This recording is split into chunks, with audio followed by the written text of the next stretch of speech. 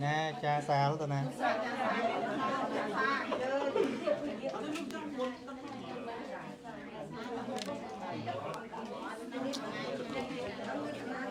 ê bây giờ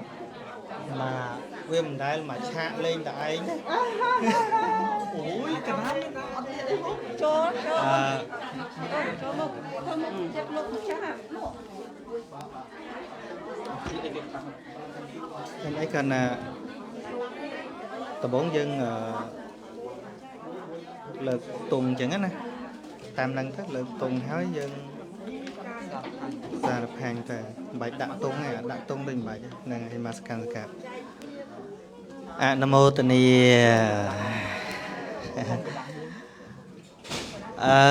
let me say hello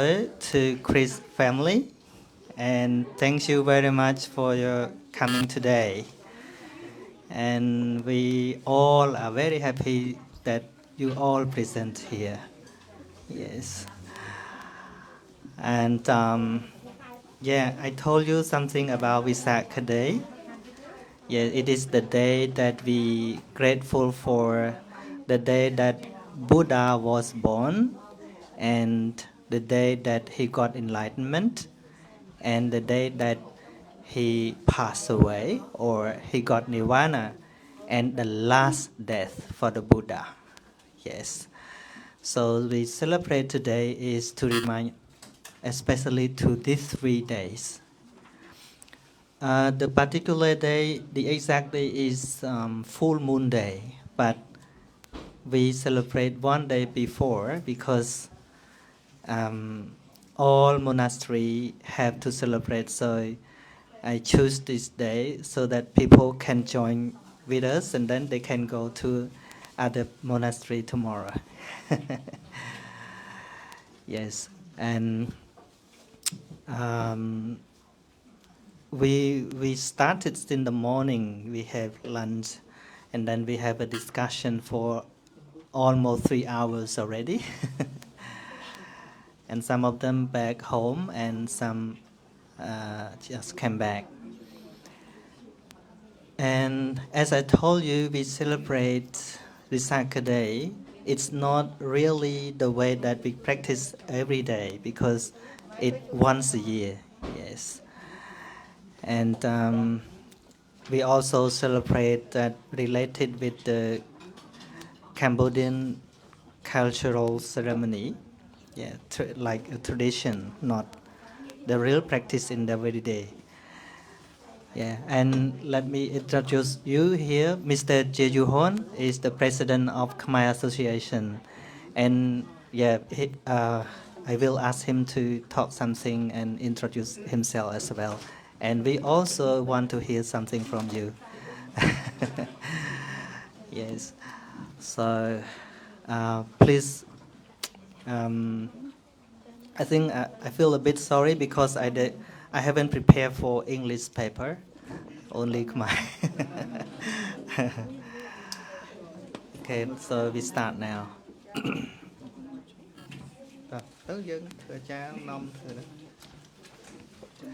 And what we have to start now is we respect the Buddhist flag. All this color represent what the Buddha have done, yeah, in his previous life. Yeah, there are 6 colors represent the perfection that the Buddha had cultivated. Yes. Please stand up. Hello.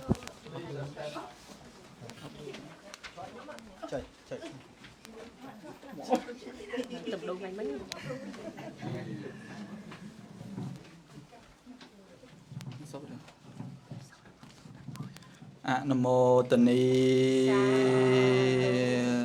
tăng chất cột tông Phật Bồ Tát Na đôi tọt từ Sô mờ tông chay cho pon rang say đàn miên rang smay plư srong o ខៀវលឿងក្រហមព្រមទាំងពណ៌សហងស្បា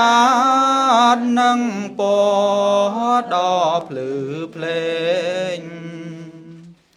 ប្រទេតូចធំបានស្មាំងស្មាគមជំនុំគ្នាច្រើនណែកព្រមយករស្មីព្រះពុទ្ធគួត្រែងប្រសាពុនពេកក្រៃកន្លងធ្វើជាសញ្ញា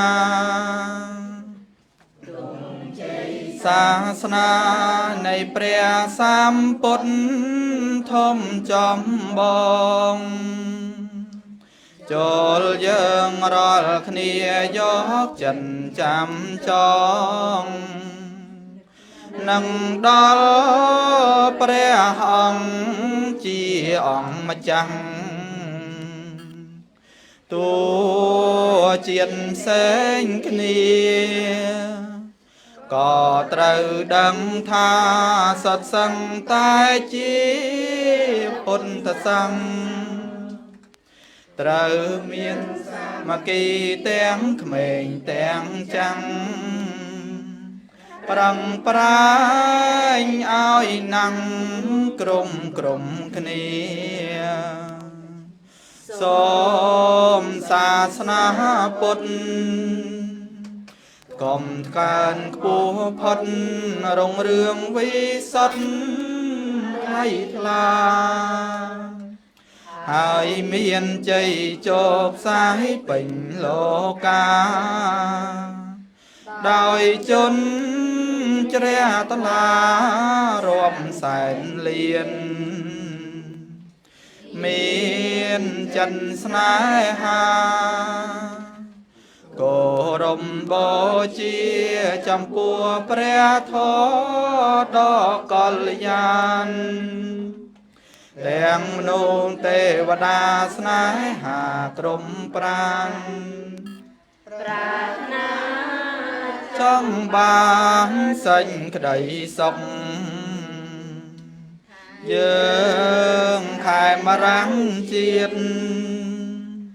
នាំគ្នាក្មៃគ្មានកាន់ធរនឹងបា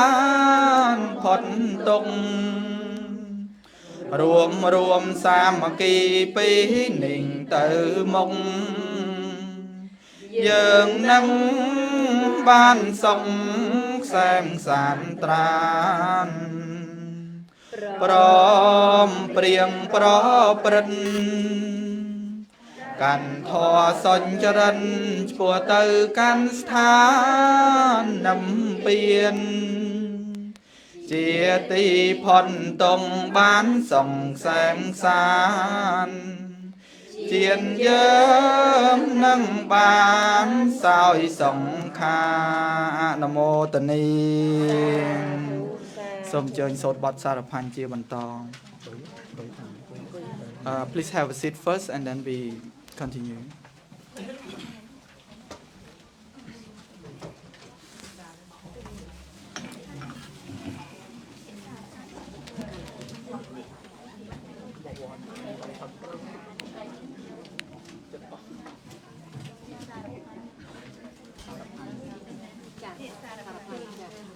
The next page also is for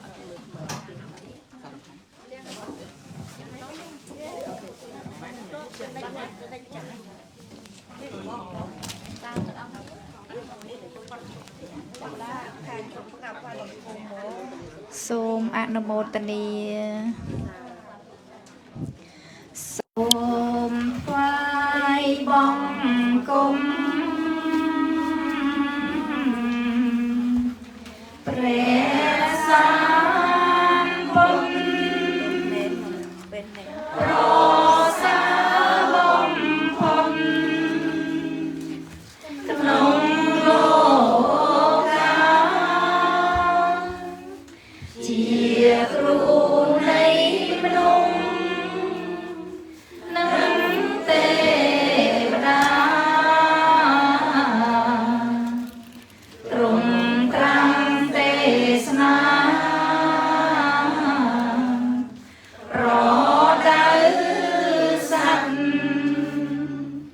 trong ơi đã lữ con ra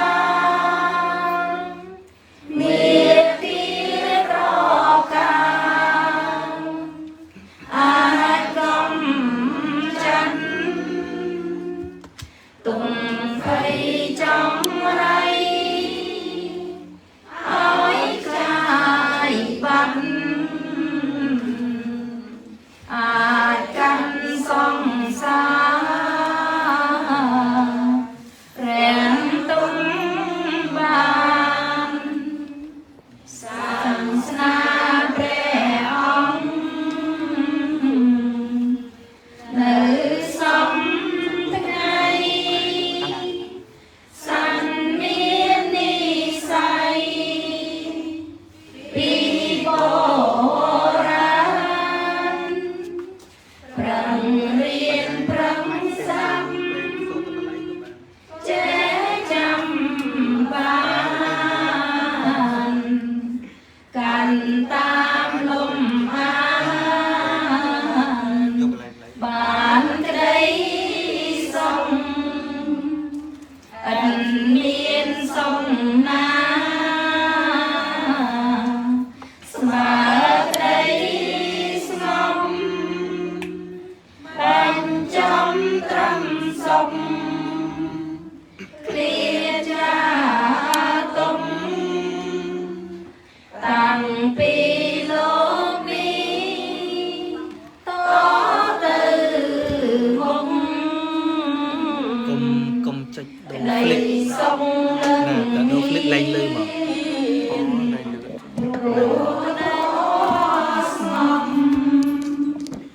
nhom số bong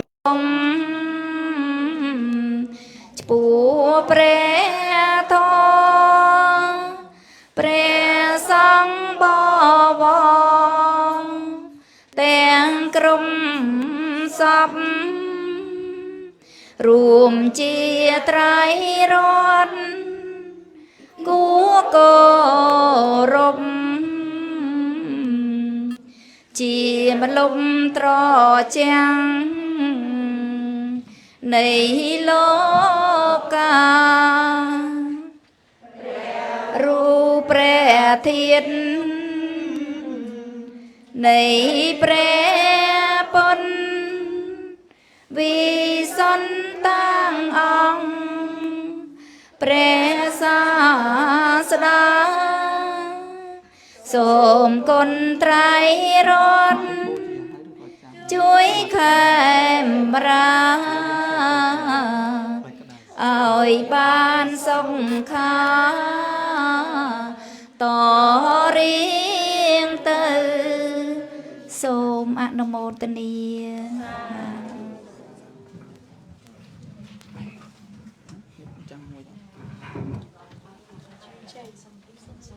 chia đúng cho côខ្ញុំកណា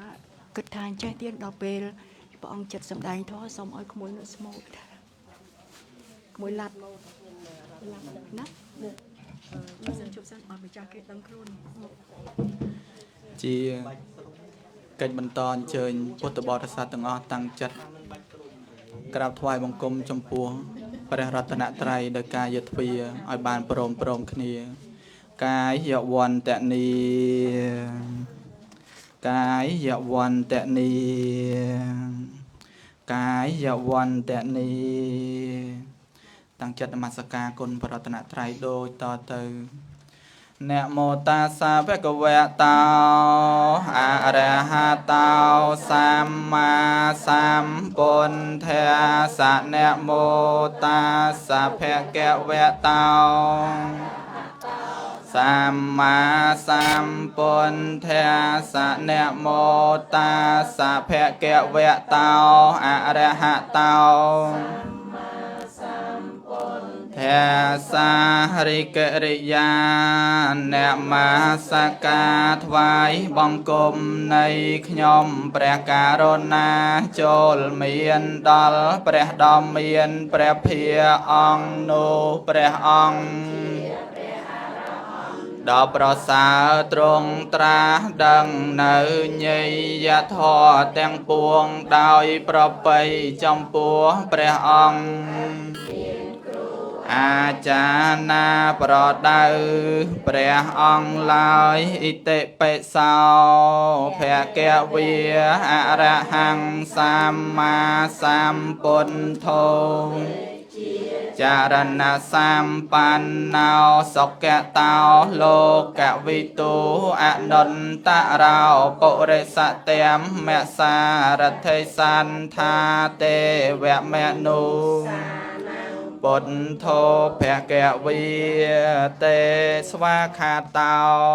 ភគវតាធម្មោសន្តិនធិកោអេហេបាសេកោអោបាណាយិកោបច្ចតតាំងវេទិតាពោវិញ្ញោហៃតេសុបដិបណ្ណោ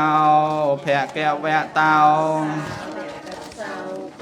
ឧជុបដិបណ្ណោភគវតោសាវកសង្ឃោស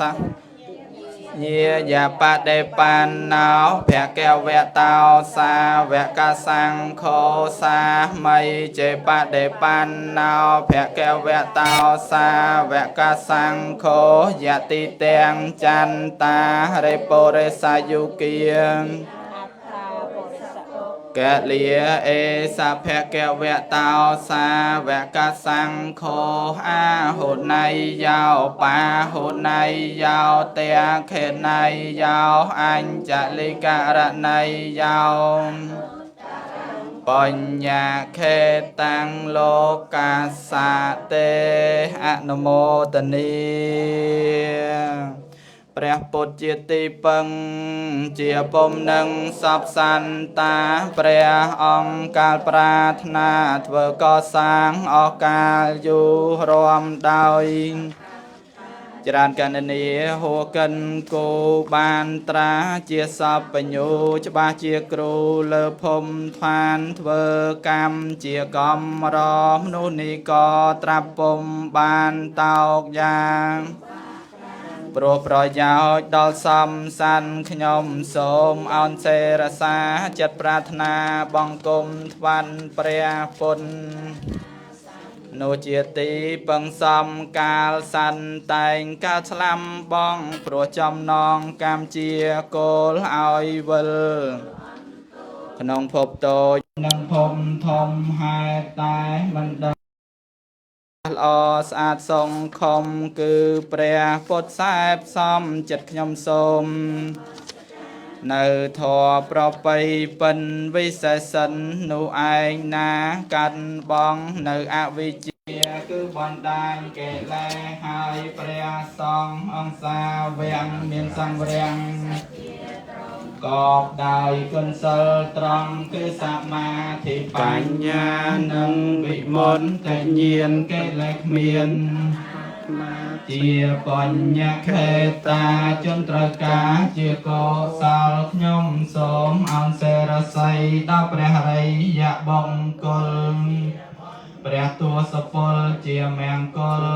ដល់សំសានវន្ទាមិចេតយ៉ាងសាពេងសាបថានេសុបតិនថេតាំងរកធាតមហាពោធិពុន្ថារូបាំងសកលាំងសាទាខ្ញុំសូមថ្វាយបង្គំពួកព្រះបរមចេតិយព្រះសារីរកធាតុនៃព្រះពុទ្ធនិងមហាពោធិប្រឹងដែលគួរនឹងលំអោនចិត្តបរិសុទ្ធលើកំបងពុទ្ធិរូបតំណាងអង្គព្រះមោនីដែលស្ថិតនៅក្រុមទីឋាននានានោះទាំងអស់ដោយដែលចណីគុណព្រះមានបុណ្យប្រសើរគួរដែលតែងរំដល់ទុំភ័យអន្តរាយសូមឲ្យខ្ញុំបានសំរួចចាទុំផងទាំងឡាយសិនត្រូវឆ្ងាយសូមឲ្យខ្លាយមកជាមិនសូមតន់ព្រះអរិយមេត្រីថ្លៃវិសិនសូមបាន ปิดสังโดษจิตปรารถนาของอนุโมทนีสาธุสาธุសូមប្រគេនទូនីតិនេះដល់លោកចាស់គ្រូសាធុអ្នកកាន់កាមេរ៉ាហើយមិញដូចជាចុចคลิปខាងនេះអាហ្នឹងក៏ចុចហ្នឹងបែកសលេងទៀតសលេងដកពេលដកមកដកចុចបែកនេះហ្នឹងក៏បែកចឹងបែកដាក់វិញចឹងអាត្មាអត់ចង់ឲ្យសូត្រវិញដោយសារខ្លាចពួកគាត់ស្ដាប់អត់បានទៅធុញហ្នឹងហើយlet me say something in English so that Chris family can understand. Yes. We just finished chanting. All chanting is the way that we express our thankful, sincere thanks for the Buddha. Yes, that he spent much effort to find the reality, to find the truth, and then he taught us. Yes, so all chanting that we just finished is how we pay respect to him only. Yes, it's not about after chanting we get something like magic or no, not like that. It's the same thing as the student pay respect to the teacher only. Yes. Some of my videos discussion on Dhamma with Chris, I post on my page. People get confused. I am a teacher and Chris is my student, but actually she is my teacher. Yeah. Okay. And after that, it is the time that all members here express their grateful for the triple gym, or they're gonna talk something related with the teaching that they have learned. But first of all, I would like to invite Mr. Yu Hon Jie to have a speech. Thank you. Anh dạy ông lệ khai còn điều lắm này.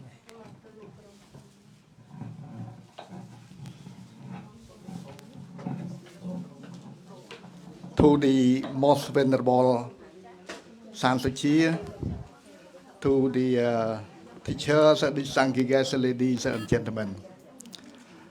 My name is Yu Hon Chia. I'm the president of the Cambodian Association of Victoria. And I was a refugee who arrived to Australia in 1982 after the Pol Pot regime, the Khmer Rouge regime. When I first arrived to Australia, we did not have many organizations who serve the refugee people. So in 1985, I decided with another leaders of the Cambodian community to establish the Cambodian Association of Victoria. We started from zero because we did not have any income.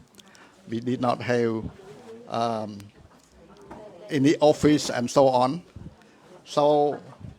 we will try to organize like they call the ceremony of flower. It is a fundraising. So with the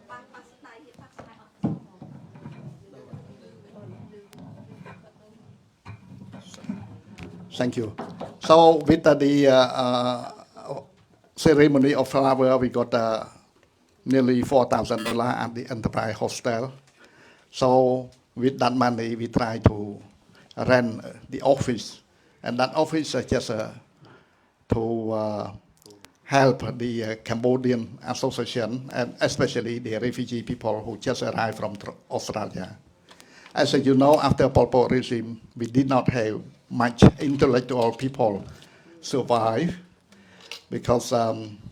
if they know that you are a school teacher or you are an intellectual, they just kill you. Yeah, but myself with my family, we are so lucky. we live in a zone in the region that they not very strict and so on. And when I said that I'm worker in the public work, they did not understand. In Cambodia, they call ក្រសួងសាធារណការ ដូច្នេះ when they asked me what does it mean ក្រសួងសាធារណការ public work, I said it's a labor who work to construct the road and the bridge, and say, oh, that's okay because so I can survive. But anyway, after that,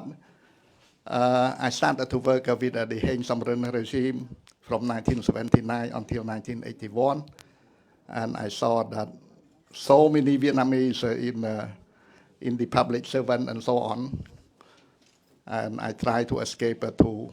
the Thai border with my wife,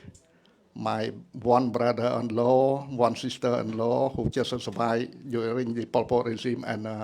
my 4 children. I'm so lucky I crossed the Thai border and I live in the refugee camp until 1982. The Australian government, they accept me to arrive to Australia. So when I stayed there, in 1985, I tried to establish the Cambodia Association of Victoria. And very similar to this temple as well. We started from nil. And because at this temple, we started from nil, you see. And Venerable San Sochea is a wonderful Buddhist monk. I always invite him to my organization to teach Buddhism, to preach all of the Cambodian community, and during the Cambodian New Year and ancestor ceremony. Because we have 2 big celebrations in Cambodia. Cambodian New Year normally on the 13th or 14th and 15th of April. We have a New Year different from Chinese in January or February. And the ancestor ceremony sometime in July or September is changed. So after we established the Cambodian New Year, we did not have any money to hire someone, to employ someone to work over there. So all of the committee just try to work as a roster and work for free until 1 year. After the 2nd year, we got a grant from the employment service in Victoria under the CEP program, Community Employment Program. Yeah. So since then, we started to get a grant again from the state government. And after that, we try to get the money from the Department of Immigration with the federal government, and also we try to get the money from the city of Greater Da Nang on the youth program. Because as you know, at that time we have our youth who is 13 years old who use a drug and pass away because the mother and father, they work so hard. Early in the morning, they go to work in the farm, and they come back very late, so no one look after the children at all. That one is our community. And in 1997, we have the election of city council, and I try to stand as councillor in Springvale as well. But at that time, some people who work in the politics, they told me that, oh, if you take your name as Chia Yu Hon like this, you won't win. You need to change your name English and Cambodian. Perhaps it's Peter Chia or something like that. But anyway, I said no. because I strongly believe that my father, my mother, they put my name. Anyone, I needed to respect them, and I needed to maintain my name and my nationality as well. So in 1997, I was successful as a counselor in the city of Greater Dandenong. And 2001, I was a mayor city of Greater Dandenong. And after that, 2006, another term as mayor. So I stand there for 6 terms until 2020. I stopped work. I stopped stand as a counselor because my age is very old already. My real age is 80 years old already. So it is time to have a rest. Yeah, it's time to have a rest. But anyway, I love to work in the community. So I still stand as a president of the Cambodia Association with free of charge. And always, I always support, come to support a venerable, the most venerable San Sochea as well, because he is a great Buddhist monk. He always teach all the Cambodian community in real life. They sometimes some Buddhist monks they know how to teach as well, but they use a very hard word, and the people did not understand.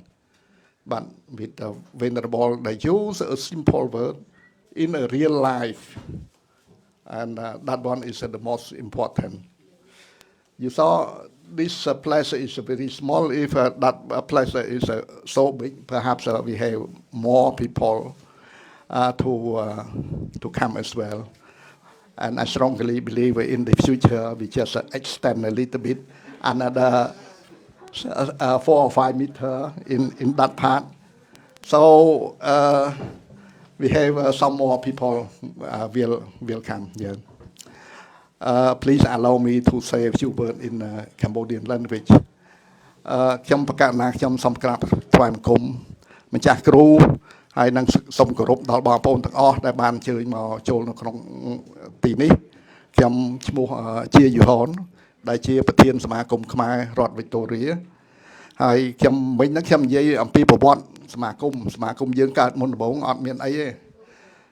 សូមតាកន្លែង office ហ្នឹងក៏រវល់តែជួលគេដែរគេជួលគេនៅ number 1 Queen Avenue ក្រោយមកឬកន្លែង 2-3 ឆ្នាំឬកន្លែង 2-3 ឆ្នាំឬកន្លែង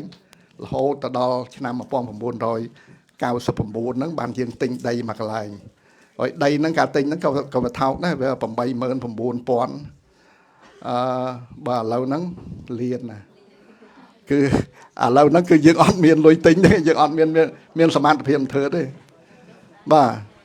ហើយខ្ញុំជឿថាយើងធ្វើអីក៏ដោយទេស្រេចតែអំពើដែលយើងធ្វើទេបាទដូចសមាគមអញ្ចឹងសមាគមដែលបានធ្វើហ្នឹងគឺធ្វើដោយប្រឹងប្រែង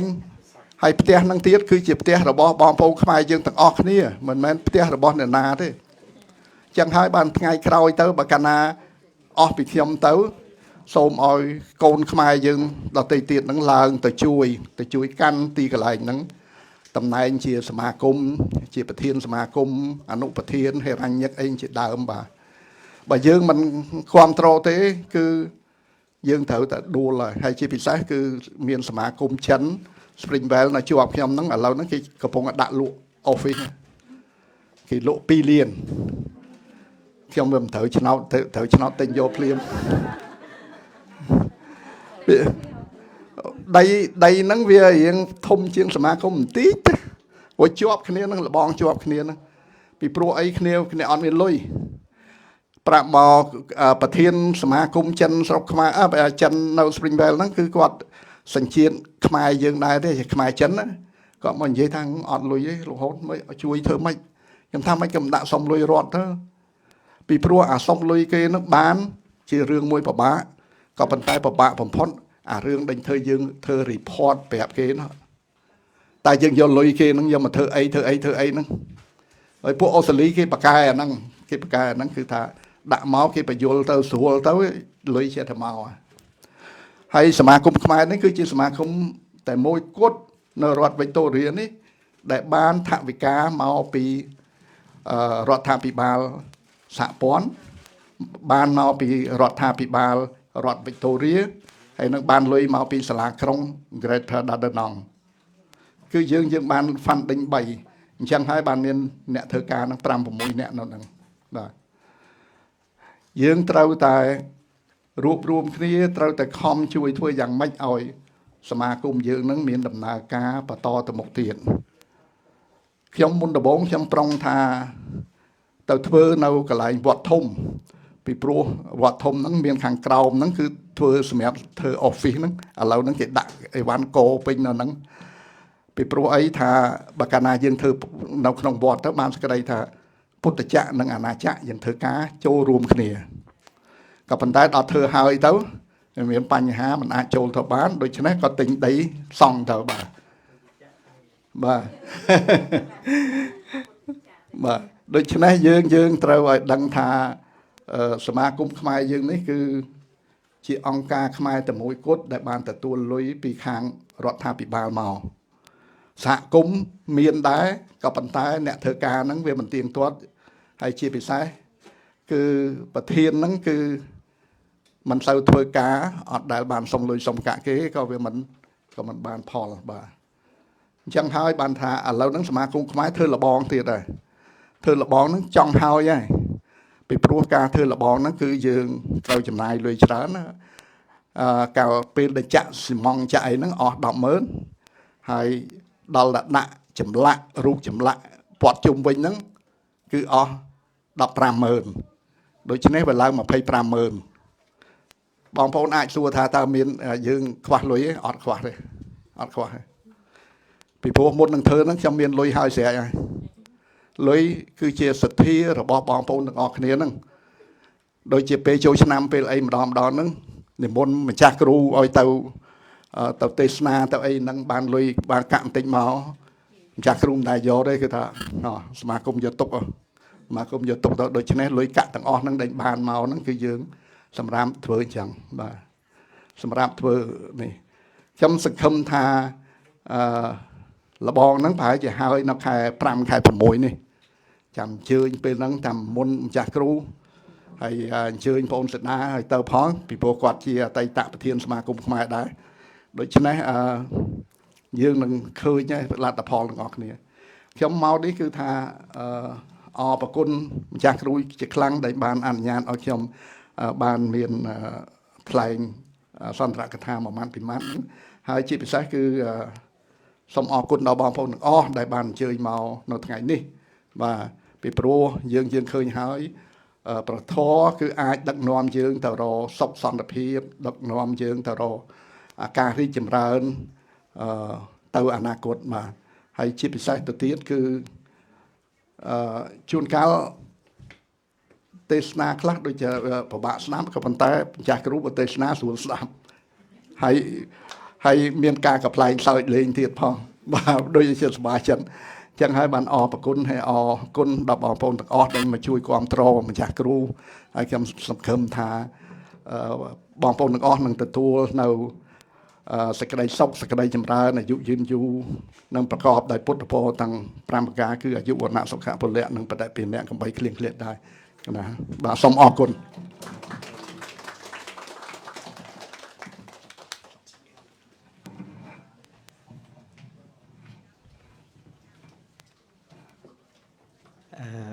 បងសេដាពឹងតិចបានទេបើថ្មជើងគាត់និយាយមកធ្វើអ្នកបកបន្តិចបានទេពឹងហ្នឹងមិនមែនប្រើទេអូខេ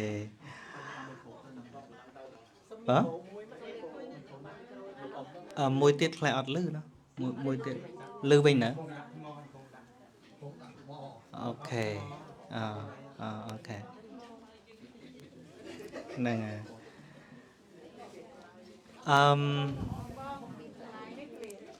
នឹងបើមកមុខបន្តិចទៅល្អហ្នឹង Now I would like to invite Chris to have some speak, especially I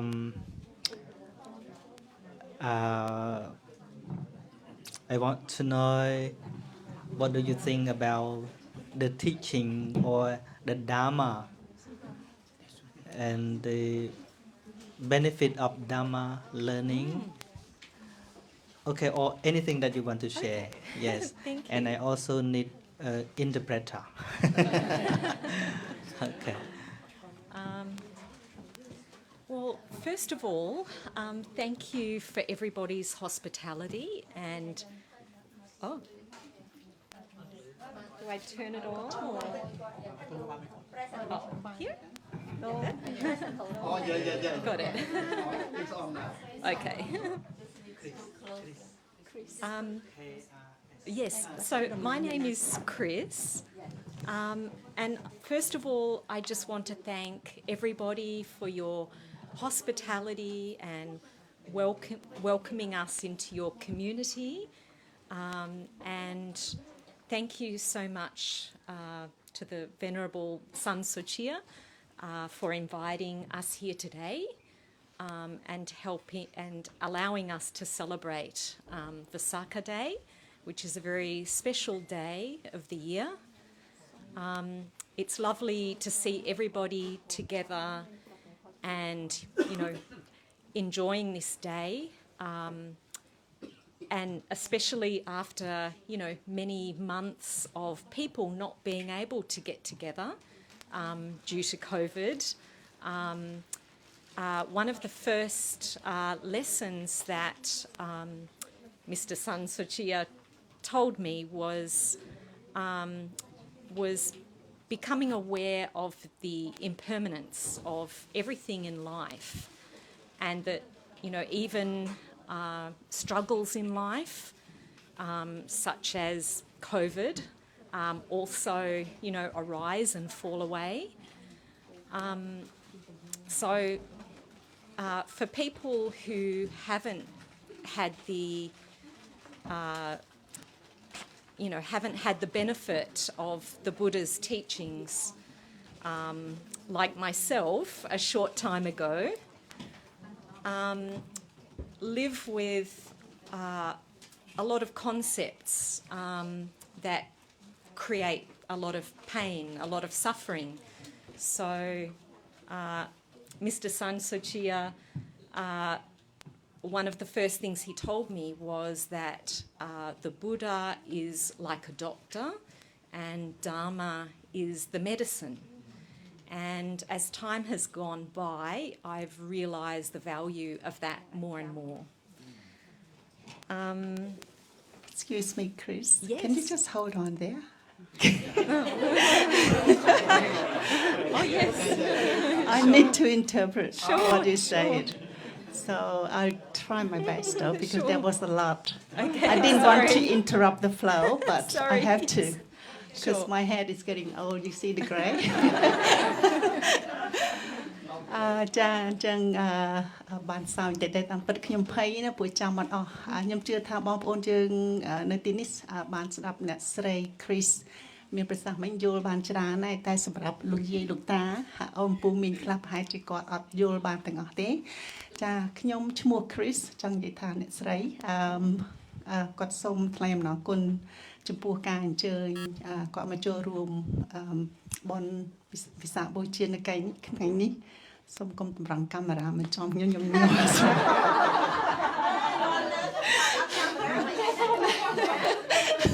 មើលអត់ឃើញដល់ពេលឃើញញ៉ាំ I just told the camera woman not to point it at me. I'm very, very nervous. អញ្ចឹងសម្រាប់វត្តមានរបស់លោកស្រីនៅទីនេះគឺគាត់មានការរំភើបហើយសប្បាយរីករាយហើយតាមធរណីការរបស់លោកចាស់គ្រូសានសុជាបានលើកថាព្រះពុទ្ធគឺជាបណ្ឌិតវិជ្ជបណ្ឌិតមួយដ៏ពូកែស័ក្តិសិទ្ធិហើយនឹងដាម៉ានេះគឺជាឱសថដ៏ថ្លៃថ្លាសម្រាប់ព្យាបាលជំងឺគ្រប់មុខឥឡូវនេះខ្ញុំបន្ថែមខ្លួនឯងណាហើយគឺជាជំងឺដ៏ចាព្រះធម៌ចាសំទោសអ្នកបកប្រែនេះមិនប្រហែលជាជួលអត់ដល់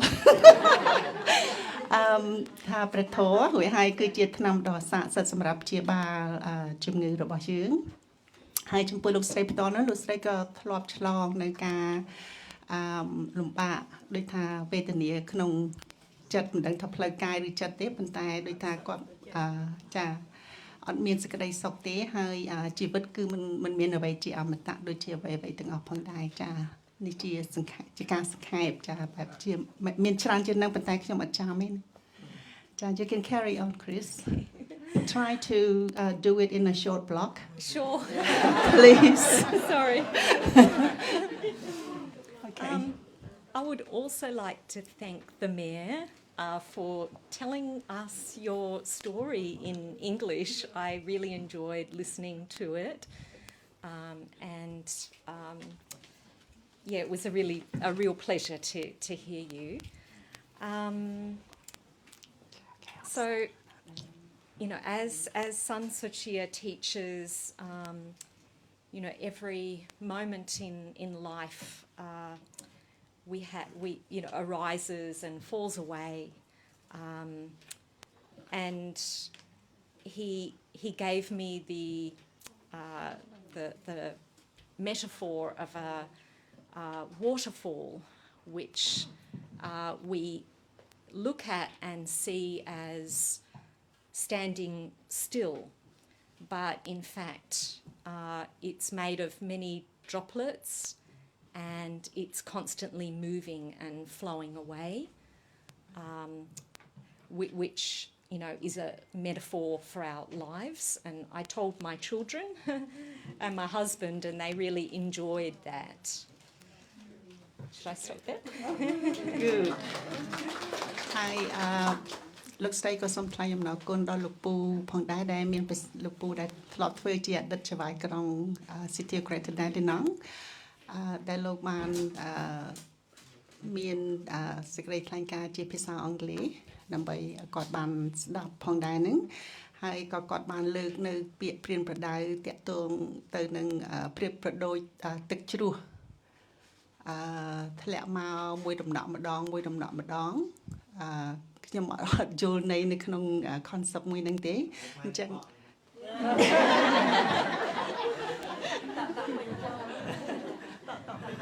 Okay, that is what I told Chris, so I should be the one who translate. អ្វីដែលគាត់លើកឡើងគឺចង់និយាយថាដែលអាត្មាបរៀនហ្នឹងគឺនិយាយពី concept ឬក៏ជាការយល់របស់មនុស្សយើងតែងតែឃើញស្អីថាវាទៀងដូចយើងមើលទឹកធ្លាក់អញ្ចឹងណា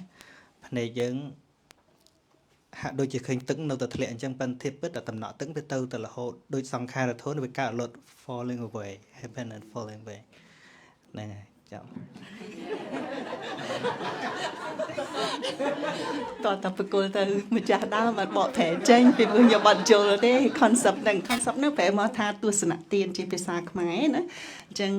តលតែអ្នកបង្កើត concept ហ្នឹងទើបឲ្យបកប្រែចេញទៅបកប្រែពាក្យសម្ដីអត់មានរូបភាព Okay ដល់យូរអូនអើយមើលមកលវលយ៉ាងនេះ Okay Chris over to you So finally, I think I'm a very slow student, and it will take me a very long time to develop. But through my time with San Sochea, I've become aware of the worldly conditions and the concepts we take as real, but they are just concepts. I need to be patient and keep studying the Dhamma to gain increased awareness. And yes, just be patient that it does take a long time. But in the meantime, I can become more aware of kusala and akusala, and developing wholesomeness. Leading a good life, developing metta, loving kindness. Thank you So thank you again for inviting us here today. Thank you. ហើយគាត់និយាយថាមិនខ្លះទេមែនគាត់ថាគាត់គឺជាចាគាត់គឺជាសិស្សដែលដូចថាយឺតយ៉ាវក្នុងការសិក្សារៀនសូត្រហើយក៏សូមថ្លែងអំណរគុណដែរដែលក្នុងការដែលលោកម្ចាស់គ្រូបានបង្រៀនបញ្ចូលទៅលោកស្រីអំពីផ្លូវលោកហើយនឹង worldly condition នឹងលោកធម៌លោកធម៌ឬក៏ផ្លូវលោកក៏មិនស្រួលស្ដាប់ហើយថាជាផ្លូវមួយដ៏លំបាកគឺតែជួបនឹងឧបសគ្គជានិច្ចហើយបញ្ចូលប្រាប់លោកស្រីអំពីកុសលនិងកុសលធម៌និងអកុសលធម៌ហើយនឹងឲ្យមានការចេះអត់ធ្មត់ព្យាយាមហើយរក្សាចិត្តឲ្យនឹងនៅហើយฝึกឲ្យរក្សាចិត្តឲ្យនឹងនៅហើយចេះព្យាយាមអត់ធ្មត់ឲ្យបានច្រើនហើយនឹងសេចក្តីមេត្តាផងដែរមានស្អីទៀតជួយបន្ថែមផងឲ្យបោះប្រយោគតិចតិចចាហើយអញ្ចឹងគាត់ក៏សូមថ្លែងអំណរគុណផងដែរចំពោះការស្វាគមន៍រាក់ទាក់ថ្ងៃនេះដូចអត់មានចាំកន្លែងណាទៀតទេហើយតបកប្រែនៅក្នុងតឡាការដូចជាជ្រួលជាThank you so much Chris for your very important speech. Lokotoning, there are 8 worldly conditions. Yes, Chris known that. Yeah, gain and lose, happy and unhappy, suffering, or yes, that's it. One thing, is it okay if I ask your mother to share about her education? I really interesting about that. Yeah, she back to school at when she yeah. Can you share? Is it okay? Back to high school. Through which way, Chris? This way. I was a little girl once, and I went to the primary school. I began. My father was very sick. He had TB, so my mother had rather a hard time making ends meet to bring us up through our childhood. And going on to high school, Mum wasn't very well off. I said, please, Mum, can I go to business college? And so I can learn to be a shorthand typist. So I went to work as a shorthand typist. Then by the time I was about 18, I met a very nice man and was married. And he was a miner in Broken Hill working underground and worked very hard. And then other jobs came along, and then we became potato farmers and very hard work being potato farmers. I had 3 girls and Chris is the youngest. So 6 granddaughters and 2 great-granddaughters and 3 little great-grandsons. And I believe in a loving, strong family. It's you sharing and be there for one another with the ups and downs of life. It's very important. We don't hold too many regrets. We must move on and make the most of our life and be very, very grateful. Okay, and thank you for inviting me as well here. I'm very happy. Thank you.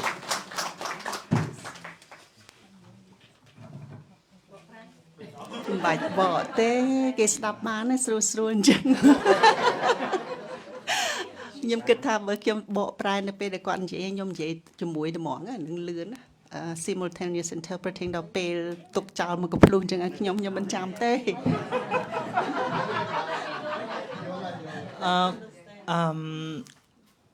I still remember Chris told me when you back to school. Yeah, it is very interesting. Oh, yes. Oh, yes. And as an adult, because I didn't have the higher education, I decided to study Indonesian language. And in year 12,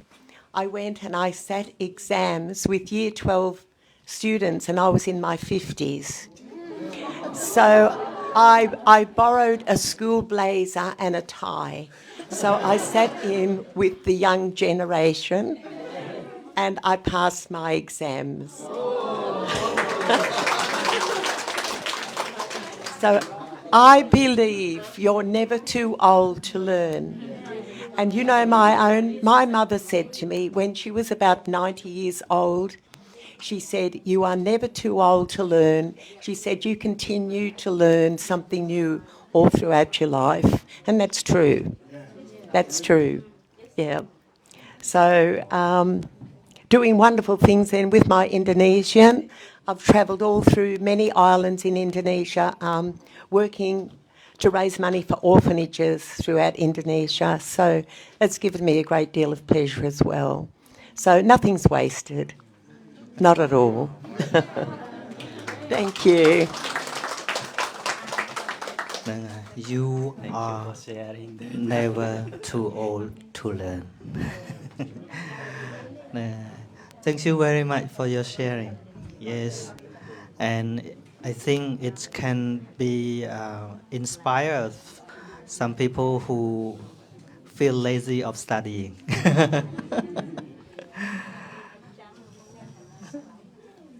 She's 60 when back to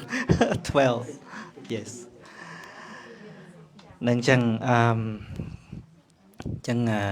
ថ្ងៃនេះដូចដែលជំរាបចឹងថាជាថ្ងៃវិសាខបូជារំលឹកដល់ថ្ងៃ3ហ្នឹងយើងដឹងអស់ហើយមែនទេហើយបន្ទាប់ពីការនមស្ការហើយចឹងទៅជាធម្មតាគឺយើងពោលពាក្យជាទីជ្រះថ្លាចង់ចែករំលែកយ៉ាងម៉េចអាហ្នឹងដល់វេនយើងហ่ะ Okay, from now on people gonna share some idea especially on Dhamma that they have learned and they have practiced in life. Hopefully they can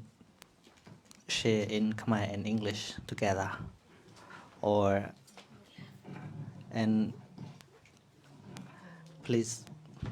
apology for me.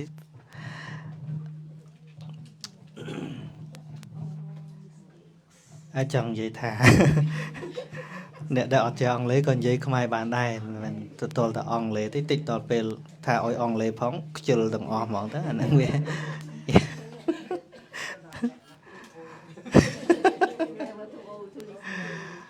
ai yeah ai bịa tiện tôn đừng thố bầm che bỏ chăm I try my best to interpret into English tỏ chạp nam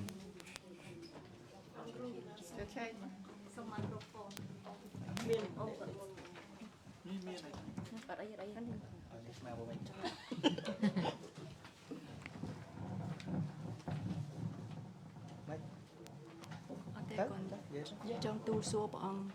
tha ở lời nâng thử số kia tha năng ngày ai này dây chơi kia thá rồi con này dây bị cài vô đức con dây mình chắc năng ngày daily life dương vô tham mai tích tụ vật du hay vậy bàn bài quạt á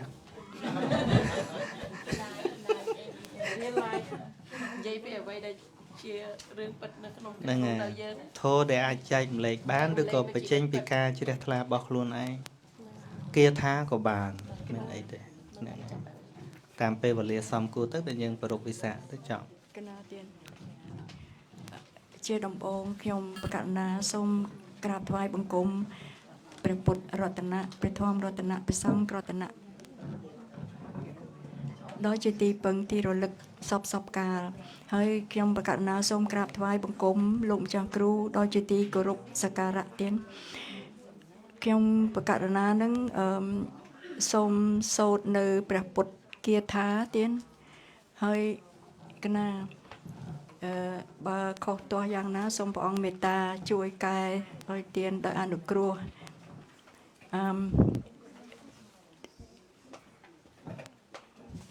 សូមអត់ទោស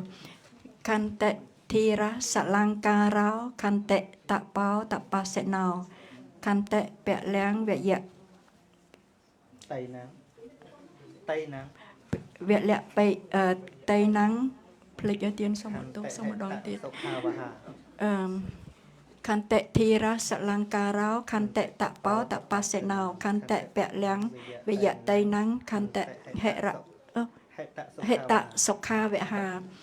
សេចក្តីអត់ធន់ជាគ្រឿងអលង្ការរបស់អ្នកប្រាជ្ញសេចក្តីអត់ធន់ជាគ្រឿងដុតបងនៅបាបរបស់អ្នកដែលមានតបៈធម៌សេចក្តីអត់ធន់ជាកម្លាំងរបស់អ្នកប្រព្រឹត្តធម៌សេចក្តីអត់ធន់ជាគុណជាតិនាំមកនៅប្រយោជន៍និងសេចក្តីសុខសូមអនុមោទនាអង់គ្លេសតិចអង់គ្លេសតិចបដ ாய்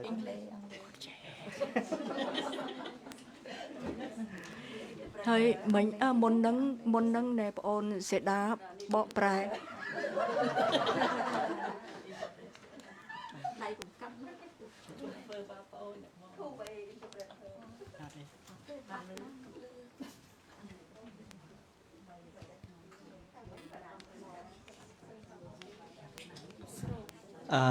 This is the verse that taught by the Buddha, and it say about the virtue of patience or tolerance.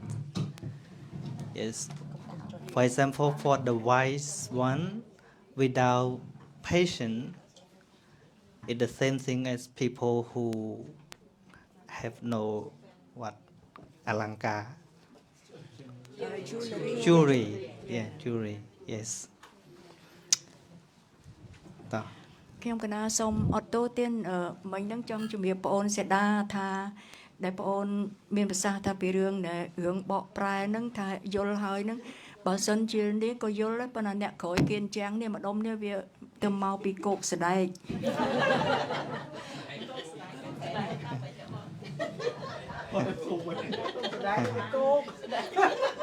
ហ្នឹងហើយ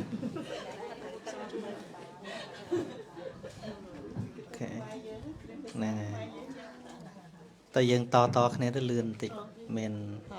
ហ្នឹងហើយ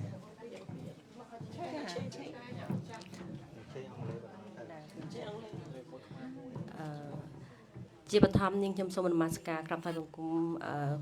គុណទាំង3គឺមានគុណព្រះពុទ្ធគុណព្រះធម៌និងគុណព្រះសង្ឃជាទីគោរពអញ្ចឹងខ្ញុំចាប់ផ្ដើមនិយាយជាភាសាអង់គ្លេសហ្មងព្រោះអីចេះតិចតួចFirstly, I would like to say thank you to Chris and Chris family that come and join with us on the Visa Day today. It's been an honor for all of your family to come in today. Thank you very much for that. So I have they call Kirtha from Buddhist word. They call Buddhist word. In Khmer they call Kirtha. So I just start to read now. I don't remember it, sorry, I have to read. Okay.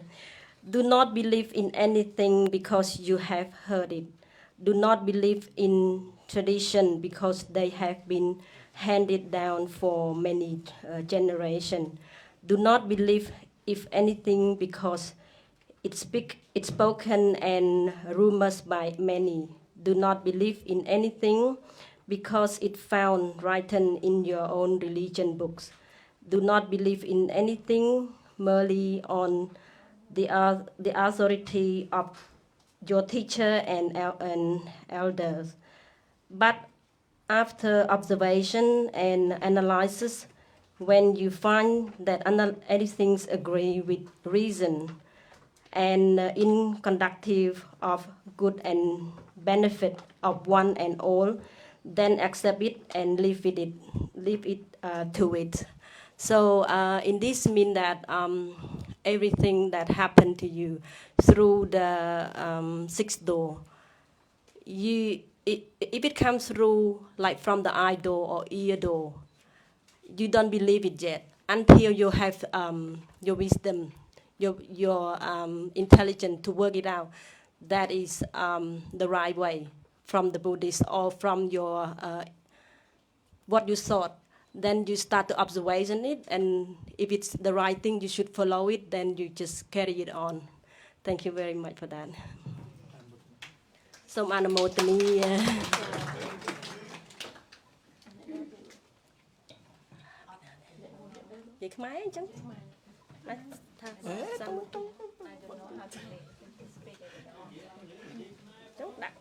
So I speak in Cambodian one more then. No. Sorry about that. That's an okay. អញ្ចឹងខ្ញុំសូមសុំគិថាមួយជាភាសាខ្មែរដែរណាព្រោះខ្ញុំចេះថ្លានឹងគិថានេះដែរសូមអនុមោទនាប្រែមិញទៅប្រែមិញហ្នឹងប្រែមិញហើយអាមិញអត់ទេមិនតន់ថាខ្មែរផងមិញអ៊ីងគ្លីសហ្នឹងខ្មែរមិញទៀតរំចាស់មិញហ្នឹងអាមិញហ្នឹងប្រែមកខ្មែរមកអូខេហ្នឹងអញ្ចឹងខ្ញុំសូមបកប្រែនៅគាថាដែលខ្ញុំនិយាយជាភាសាអង់គ្លេសមិញតិចផងក្នុងហ្នឹងគាត់ថាគាថានោះព្រះអង្គមានពុទ្ធិកាថាកុំឲ្យជឿយើងជឿទៅលើអ្វីដែលយើងគ្រាន់តែឮហើយកុំឲ្យយើងជឿទៅលើអ្វីដែលជាប្រពៃណីទំនៀមទម្លាប់ដែលបានដូចថាបន្តពីមួយចំនួនទៅមួយចំនួនហើយមួយទៀតថាបើកុំជឿនៅអ្វីដែលយើងគ្រាន់តែឮពីអ្នកដតីច្រើនគ្នាដូចថាមតិភាគច្រើនគេថាអូអញ្ចេះល្អឬមួយក៏យ៉ាងម៉េចល្អអញ្ចឹងយើងកុំតាន់អាចជឿហើយកុំឲ្យយើងជឿទៅលើអ្វីដែលយើងគ្រាន់តែជាការសរសេរនៅក្នុងសៀវភៅដូចជាក្នុង Bible ឬមួយទៅក្នុងគម្ពីរណាមួយដែលគេបានសរសេរទុកមកជាយូរមកហើយណាក៏កុំតាន់ឲ្យយើងជឿដែរហើយមួយទៀតគាត់ថាកុំឲ្យយើងគ្រាន់តែដូចថាគ្រូឬមួយក៏អ្នកចាស់ចំនួនមុនដែលគាត់ប្រាប់យើងហើយយើងកុំតាន់អាចជឿដូចគ្នាបើសិនជាយើងបានស្រាវជ្រាវឬសិក្សាវែកញែកឲ្យដឹងច្បាស់ហើយដោយបញ្ញារបស់យើងហើយវាមានហេតុផលក្នុងការដូចថាពាក្យសម្ដីទាំងអស់នោះឬមួយក៏ជាអត្ថបទទាំងអស់នោះវាមានហេតុផលដែលយើងបានពិចារណាតាមបញ្ញារបស់យើងហើយចាំយើងទទួលយកហើយនឹងយើងអនុវត្តតាមទៅចុះចាប៉ុណ្ណឹងអរគុណIt is a very, very practical verses that many people in Western world, they have known that before they come to study Buddhism, they have read this. Don't just believe in anything unless you understand. Yes. Anumodania. ចឹងសូត្រជាខ្មែរអ្នកណាក៏សូត្របានហ្នឹងតទៀតចាចង់សួរជាអត់ចេះខ្មែរទេយកអង់គ្លេសហ្នឹងហើយទៅណាបាត់ហើយKevinចង់សួរអីចង់សួរណែឈ្មោះអីឈ្មោះ Kevin ណា Kevin come ចង់មកសួរចង់រៀន Buddhism បានច្រើនដែរប៉ុន្តែមិនយល់ពាក្យខ្លះចង់សួរបងខ្លះទៅណាឯងលឺឯង Kevin អូខេគាត់នឹងគាត់ចូលចិត្តតែគាត់អត់សូវជាខ្មែរកូនខ្ញុំអ្នកណាមុនសិនទេចាកូនកណាអ្នកណាមុនក៏បាន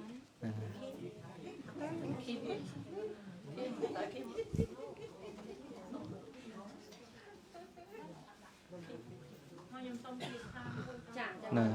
បងមុនសិនណាចាកុំឲ្យកណាសុំថ្វាយគុំ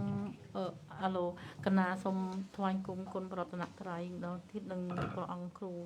គេថារបស់ខ្ញុំកណាគឺអត្តណੰឧបមាកត្វាបុគ្គលក៏បីធ្វើខ្លួនឯងឲ្យជាឧបមាកណាយល់ថាគេថានេះកណាយល់ថាគឺយើងត្រូវចេះឧបមាតើបើសិនជាគេនឹងធ្វើអ្វីដាក់យើងនេះយើងធ្វើអ្វីទៅលើគេតើទៅគេមានអារម្មណ៍បែបម៉េចទីថានិយាយរួមទៅយើងមុនធ្វើអីក៏ដោយនិយាយអីក៏ដោយគិតអីក៏ដោយយើងត្រូវសួរខ្លួនឯងនឹងថា ទី1ហ្នឹងយើងមាន hurt គេឬអត់ហើយវា hurt ខ្លួនយើងឬអត់ចឹងណាបងប្អូនយល់ខ្ញុំចង់និយាយចាបើសិនជា hurt គឺយើងអត់ធ្វើទេហើយបើសិនជាទង្វើហ្នឹងមានប្រយោជន៍ទាំងសងខាងអាហ្នឹងយើងធ្វើចាហើយ happy ទាំងសងខាងអាហ្នឹងបានយើងធ្វើចាខ្ញុំសង្ខេបខ្លីៗតាមពិតវាបរិយាយវែងទៀតចា so I mean this Buddha word want to explain us how when we do something we have to ask thinking doing or speaking to somebody we have to ask ourselves do I hurt somebody or do I hurt myself if we this thing hurt somebody or hurt myself I'm not doing but if the thing that I do or speaking or thinking is happy both sides then I do or benefit for both sides then I do that's all thank you so ព្រះអង្គកណាយល់ចឹងតើយ៉ាងណាដែរទៀតណា Yes សង្ខេប can ជា be សង្ខេបកណា accepted yeah we take ourselves as an example don't do anything to anyone that we also don't want someone do something to us yes that's it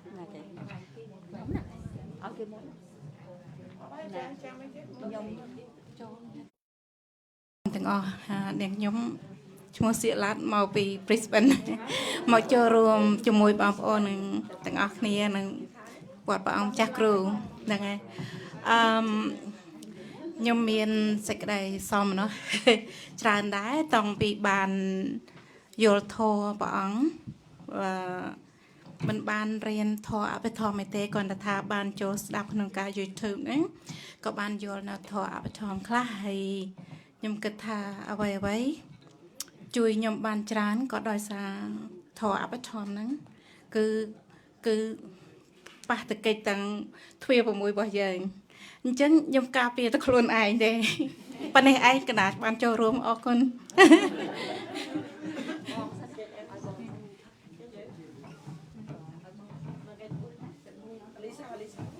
She talks about how the teaching helped her when she experienced all objects through the 6 doors. When seeing, hearing, smelling, tasting, touching, and thinking, they are only a reality which is arising through these doors. Other thing is just a concept, but the real thing is the 6 doors. Yes.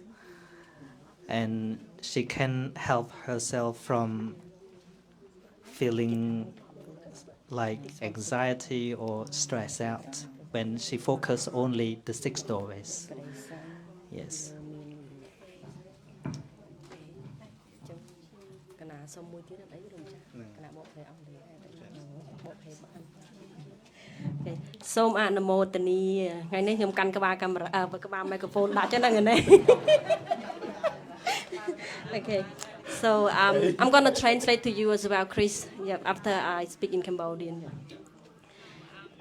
អ្នកបរិស័ងវិលោមាននិអ្នកបរិស័ងកតាកតាំងអតណោវចៈអតណោវៈអវេខយៈកតានិអកតានិចៈពាក្យចាក់ដោតទាំងឡាយរបស់អ្នកដតីបុគ្គលមិនគួរធ្វើទុកក្នុងចិត្តទេកិច្ចដែលធ្វើហើយនឹងមិនទាន់ធ្វើហើយរបស់ជនដតីបុគ្គលមិនគួរពិនិត្យមើលទេបុគ្គលគួរពិនិត្យពិចារណាតែកិច្ចទាំងឡាយដែលធ្វើហើយនឹងមិនទាន់ធ្វើហើយរបស់ខ្លួនឯងតែម្យ៉ាង Okay so this one is mean that everyone should not pick someone else's mistake by saying they're doing this not right or wrong or the other word say don't mind the other people business but on the other hand everyone should look what you haven't done for yourself, and should pick your own mistake and make it better than pick other people's mistake. Thank you very much. សូមអនុមោទនា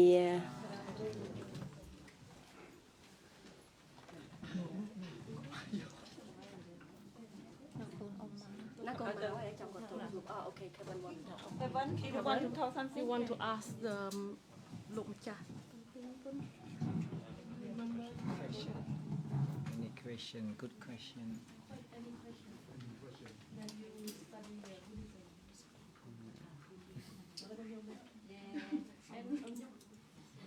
Very beneficial one.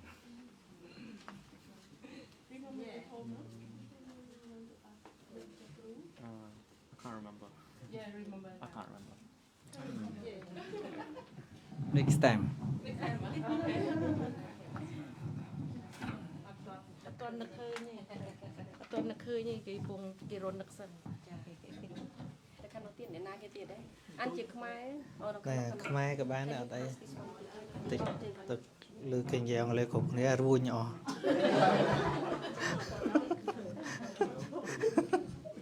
ខ្ញុំកណាសូមនមស្ការលោកម្ចាស់គ្រូនិងជម្រាបសួរមិត្តពធទាំងអស់ថ្ងៃនេះនាងខ្ញុំកាណាមានសទ្ធាជ្រះថ្លាសូមពោលនៅគាថាមួយបុគ្គលណារស់នៅ100ឆ្នាំជាមនុស្សទ្រុសិលមានចិត្តមិនបានតម្កល់ខ្ជាប់ការរស់នៅតែមួយថ្ងៃរបស់លោកដែលមានសិលមានការពិនិត្យពិចារណាជាប្រកដីគឺប្រសើរជាងសូមអនុមោទនា This is a very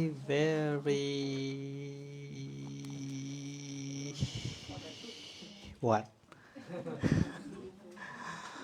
Yeah, meaningful verse. It talks about those who have lived 100 years, but they live without morality. They live without understanding of life. Compared to the one who live only one day, but understanding all reality is better than those who live 100 years. Yeah, I think this verse I used to talk with Chris. Yeah.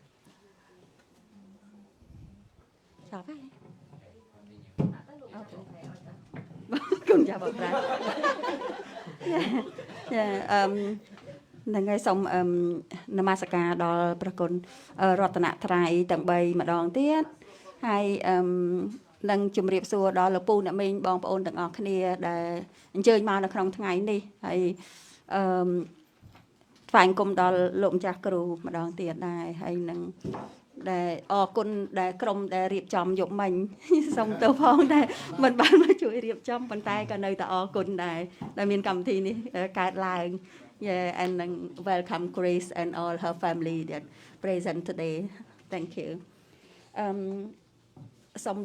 Today I'm going to talk about Buddhist word that influenced me the most. Yeah.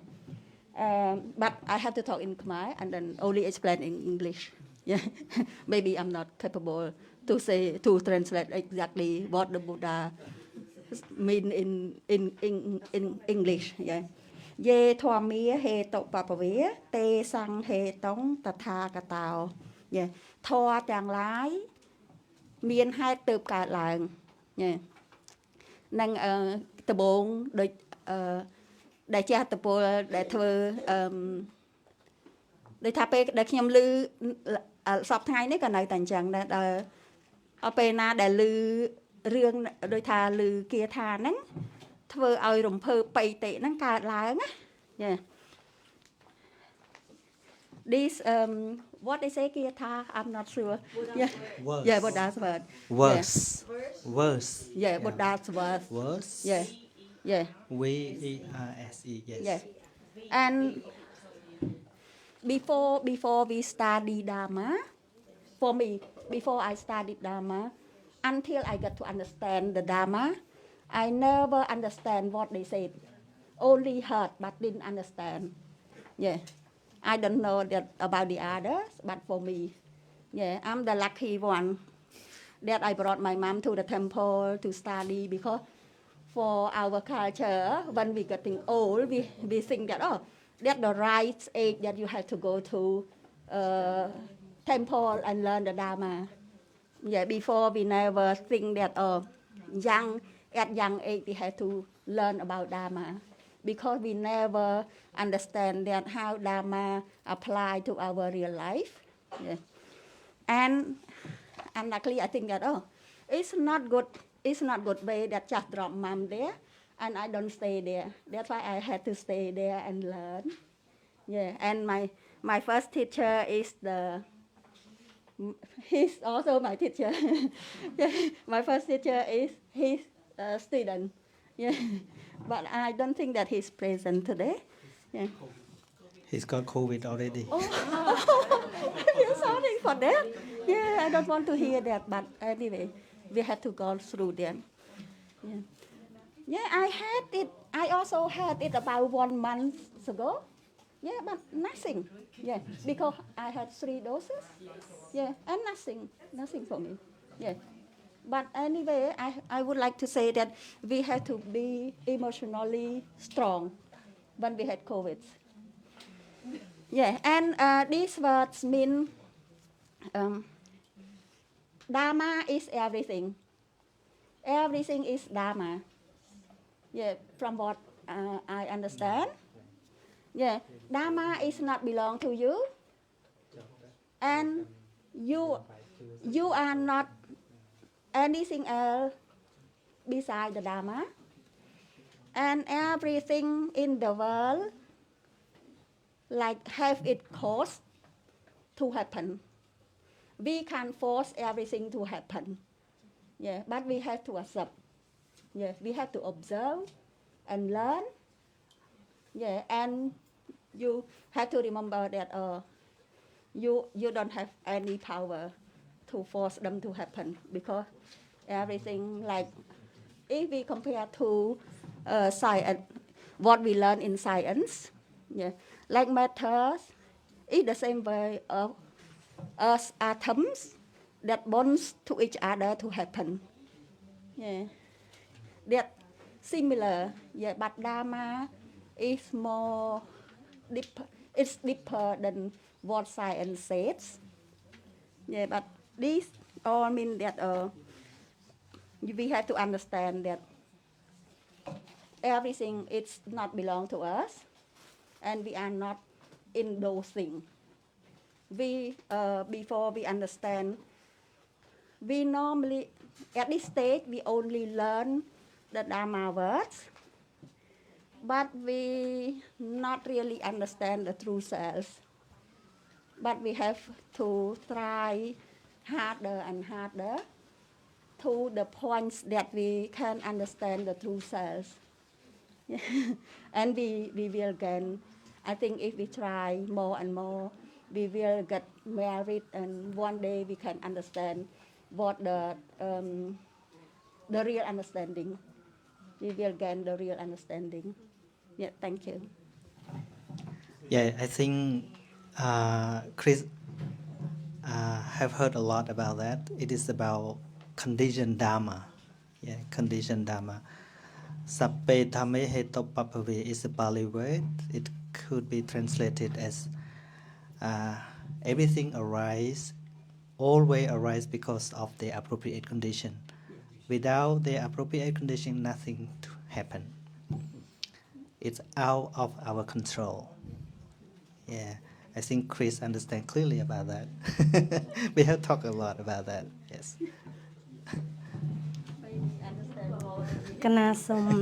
ក្រាបថ្វាយបង្គំចំពោះគុណប្រតនត្រ័យមានពុទ្ធមានពធមានប្រសង្ឃនិងជំរាបសួរលោកម្ចាស់គ្រូកណាជ្រះថ្លានឹងគាថាមួយដែលសារគេបោះព្រីយ៉ុងឲ្យមុនហ្នឹង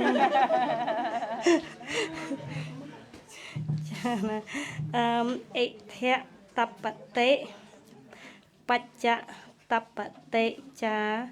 បការីឧភៈយថាតបតិចាបាំងមេកតន្តិតបតិប ភ័យយោតបតិទុកតឹងកតោបុគ្គលអ្នកធ្វើអំពើបាបតែងតែក្តៅក្រហាយក្នុងលោកទាំងពីរគឺក្តៅក្រហាយក្នុងលោកនេះមួយក្តៅក្រហាយក្នុងលោកខាងមុខមួយបុគ្គលនោះរមែងក្តៅក្រហាយដោយគិតថាបាបអញបានធ្វើហើយលុះធ្វើមរណកាលទៅកាន់ទុក្ខតិក៏រឹតតែក្តៅក្រហាយដល់ក្រៃលែងសូមអនុមោទនាអត់ប្រែសូមអត់លោកម្ចាស់ប្រែឲ្យកណាអត់ចេះ Okay, this verse is talking about the one who accumulated a lot of unwholesome. Then they accumulated a lot of unwholesome. At the end, they always feel guilty what they have done wrong. Yes. So only wholesome or good deed that make them happy at the end. Yes. That's it.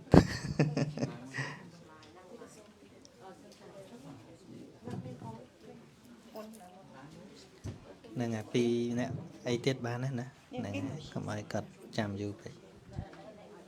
យើងបន្ទាប់ពីហ្នឹងទៅយើង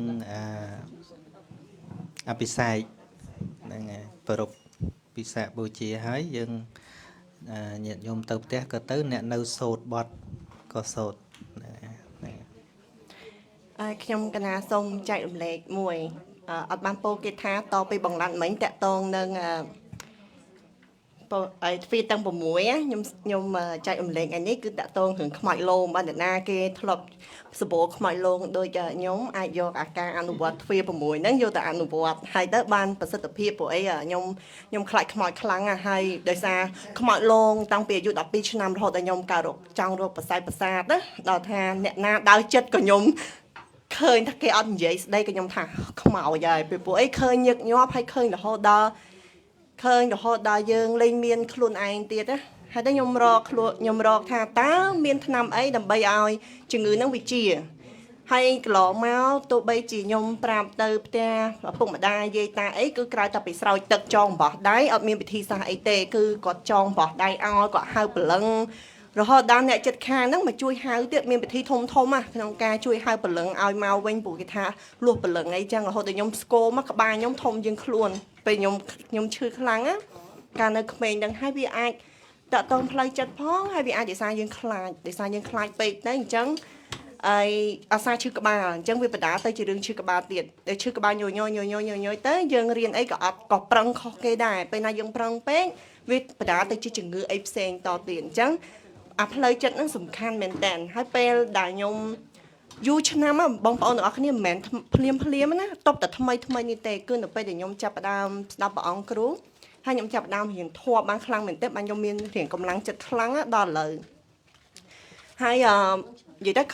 ខ្មោចលោមកដល់ពេញទៀតខ្ញុំបាននិយាយរឿងនៅក្មេងណាអាក្មេងហ្នឹងវាតរហូតមកដល់20ឆ្នាំជាងហើយពេលដល់ពេញនៅក្រៅផ្ទះនៅស្ថានទូតថៃគឺជាផ្ទះមួយដែលកាចសាហាវជាងគេដែលខ្ញុំមិនដែលធ្លាប់ជួបទេខ្ញុំធ្លាប់តែឃើញក្នុងរឿងអញ្ចឹងណាមកតាមប្រអួចតាមដៃតាមអីលុកហ្នឹងណាធ្លាប់តែឃើញក្នុងរឿងទេប៉ុន្តែពួកខ្ញុំធ្លាប់ជួបមែនតើហើយមិនមែនម្នាក់ឯងទេណាគឺលោមជាលក្ខណៈពូជម្បូរហ្មងមកផ្ទះហ្នឹង22នាក់គឺឲ្យឃើញទាំងអស់គ្នាដោយសារថាអាហ្នឹងអាចថាអមនុស្សវានៅផ្ទះហ្នឹងយូរហើយវាអត់មានអ្នកណាធ្វើបុណ្យធ្វើអីឬក៏ស្អីយើងអត់ដឹងទេរឿងអាចកំបាំងច្រើនណាប៉ុន្តែអ្វីដែលខ្ញុំចង់និយាយគឺថាដើម្បីអាចឈ្នះនៅរឿងទាំងអស់ហ្នឹងបានយើងមានផ្លូវចិត្តហ្នឹងខ្លាំងហើយផ្លូវចិត្តហ្នឹងអាចខ្លាំងបានតើតែយើងយល់ថាអីគេវាឬគល់វាមកពីណាហើយនៅពេលដែលខ្ញុំចាប់ផ្ដើមយល់ធម៌ខ្លះពីមុនយល់ធម៌ល្មមគឺថ្វាយអង្គមព្រះឲ្យបន់ថាព្រះអង្គហើយបើខ្មោចណាមកអីចឹងណាជួយព្រះអង្គហ្នឹងដេញវាទៅផងព្រោះខ្ញុំធ្វើបន់ច្រើនតែមិនខ្មោចមកឡងរហូតហ្នឹងពេលដែលយល់ធម៌អត់តន់យល់មែនតើយើងចាប់ផ្ដើមនៅតែការបន់ស្រន់ទេគឺគិតថាយើងខំធ្វើបន់មកកោហើយមិនបងព្រះអង្គអត់មកជួយយើងដូចយើងចាយលុយបានអីមកវិញអាហ្នឹងដូចឲ្យព្រះអង្គស៊ីឈ្នួលយើងអញ្ចឹងណាហើយដល់ពេលហើយនៅតែរកឃើញទៀតរហូតដល់ពេលមួយខ្ញុំចាប់ផ្ដើមយល់មែនទែនពីចំណុចទូចទេចំណុចទូចមួយគឺត្រង់ទ្វាទាំង6ហ្នឹងហ្មងសំឡេងគ្រាន់តែជាការឮ វាគ្រាន់តែជាអារម្មណ៍វាអត់មានស្អីពិតភ្នែកគ្រាន់តែឃើញគ្រាន់តែជារូបខ្ញុំចាប់ដើមសម្គាល់អញ្ចឹងណាដល់អញ្ចឹងមានពេលមួយថ្មីនេះរឿងព្រឹត្តិការណ៍ចុងក្រោយគេនៅអូស្ត្រាលីអញ្ចឹងទៅសណ្ដានខ្ញុំហ្នឹងខ្មោចលោមកកញ្ចៅខ្មោចលោមកគឺមិត្តភក្តិខ្ញុំខ្មោចចូលហើយបើកភ្នែកធំហើយចូលមកសន្លត់មីនាងឯងណាឆ្លើយណាស់ថាអញ្ចឹងណាហើយអត់សូវចេះគោរពហើយដឹងឲ្យធ្វើអីអត់បងប្អូនទាំងអស់គ្នាគឺឲ្យខ្ញុំសែនអាហ្នឹងខ្ញុំចង់ប្រាប់ណាអ្នកដែលធ្លាប់មានខ្មោចមានអីឲ្យសែនហ្នឹងក៏ចង់ជំរាបប្រាប់ដែរថាវាមានពិតមែនប៉ុន្តែសួរថាតើយើងចាំបាច់ធ្វើតាមវាអត់មកប្រាប់ខ្ញុំឲ្យសុំឲ្យខ្ញុំនឹងសែនរាល់ថ្ងៃសិលហើយត្រូវតែសែនបើអត់សែនទេកាច់ខ្ញុំឲ្យងាប់ខ្ញុំថាងាប់ហ៎ដល់តែលឺអញ្ចឹងខ្ញុំលេងសាពះហ្មងខ្ញុំងើបឈរខ្ញុំថាបើចង់កាច់ខ្ញុំទៅសុំព្រះអង្គសិនទៅនោះព្រះអង្គនៅមុខខ្ញុំមានគ្រូតែមួយឯក្បាលខ្ញុំនេះគឺគ្រូខ្ញុំគឺប្រពុតបើថាប្រពុតឲ្យកាច់យកចុះតែបើថាព្រះអង្គឲ្យកាច់ទេចេញពីផ្ទះខ្ញុំនេះផ្ទះខ្ញុំបើថាមិនចេញទេអាហ្នឹងដឹងតែខ្ញុំធ្វើអីផ្សេងហើយដល់ហើយស្លុតខ្លាំងហ្មងអ្នកនរគ្នាគឺចាប់ផ្ដើមនិយាយថាញោមនេះគឺត្រូវតែអស់អាយុប៉ុន្មានខ្លាចអត់ដល់ពេលគេក្រៀមអញ្ចឹងខ្លាចណា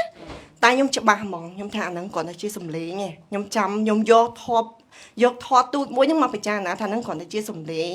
អ្វីដែលខ្ញុំឃើញគ្រាន់តែជារូបវាអត់មានអីពិតប្រាកដវាគ្រាន់តែជានិមិត្តមួយគ្រាន់តែជាអារម្មណ៍ឯងអារម្មណ៍អត់ថិតថេរអារម្មណ៍វានឹងបាត់ទៅគឺខ្ញុំពិចារណាអញ្ចឹងហើយគ្មានអីជាប្រកាសទេអ្វីដែលឃើញនឹងអញ្ចឹងខ្ញុំចរចាអ្នកឯងមកពីណាបើមិនប្រាប់ថាមកពីណាទេខ្ញុំបដិញ្ចេញណាខ្ញុំចេញឲ្យចេញអូសចេញពីបន្ទប់ខ្ញុំទៅហើយបានប្រាប់ថាមកពីភ្នំកលែនខ្ញុំគឺអ្នកតាសិចាំងមកពីភ្នំកលែនខ្ញុំថាងាប់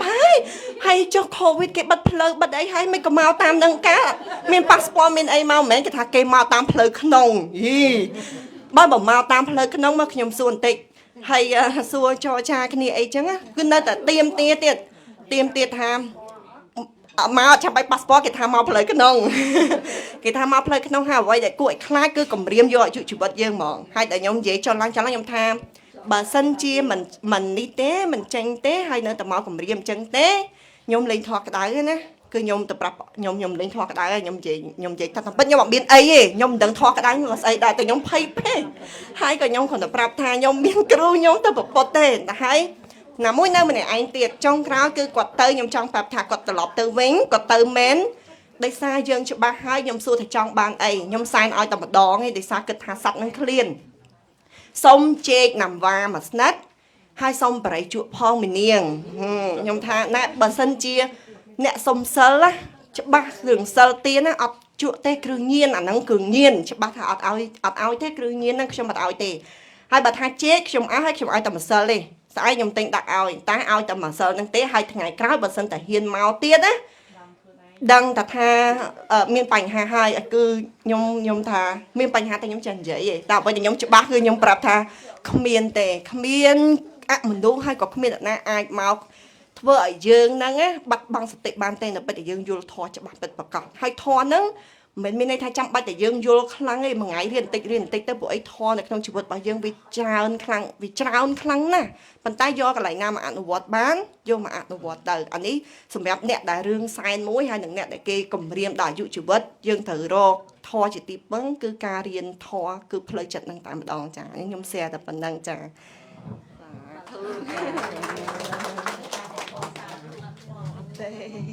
្ដាប់លើជួបពេក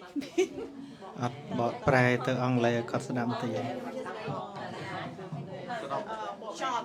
short Hi Grace shortly interpretation so I just share my experience because I'm the lady since I was so young I really scared of spirit so most people in Cambodia we call ghosts but actually it's a kind of spirit a kind of life but just like different life and I was so scared at that time because I saw different things and scary things at night and almost every time. And until I turned to 20, I still see all of those things. And then I think that I need to find a way to resolve the problem. And I believe that to solve this problem, not just only pray and not just only get somebody to wish me, but I think inside. So I listened to Dhamma and I learned deeply and I understood just a little bit, a small part of Dhamma. And then it helped me because I understand one moment in life that I just shared experience to everyone. It was the time that one spirit came into my friend's body and then screaming at me and then say that want to take my life in a short period. And I just be strong, not really strong, because of I have magic thing, but I just understand the Dhamma, and I tell them that only me can control my life, not you and not anyone. That's just I want to share. Thank you.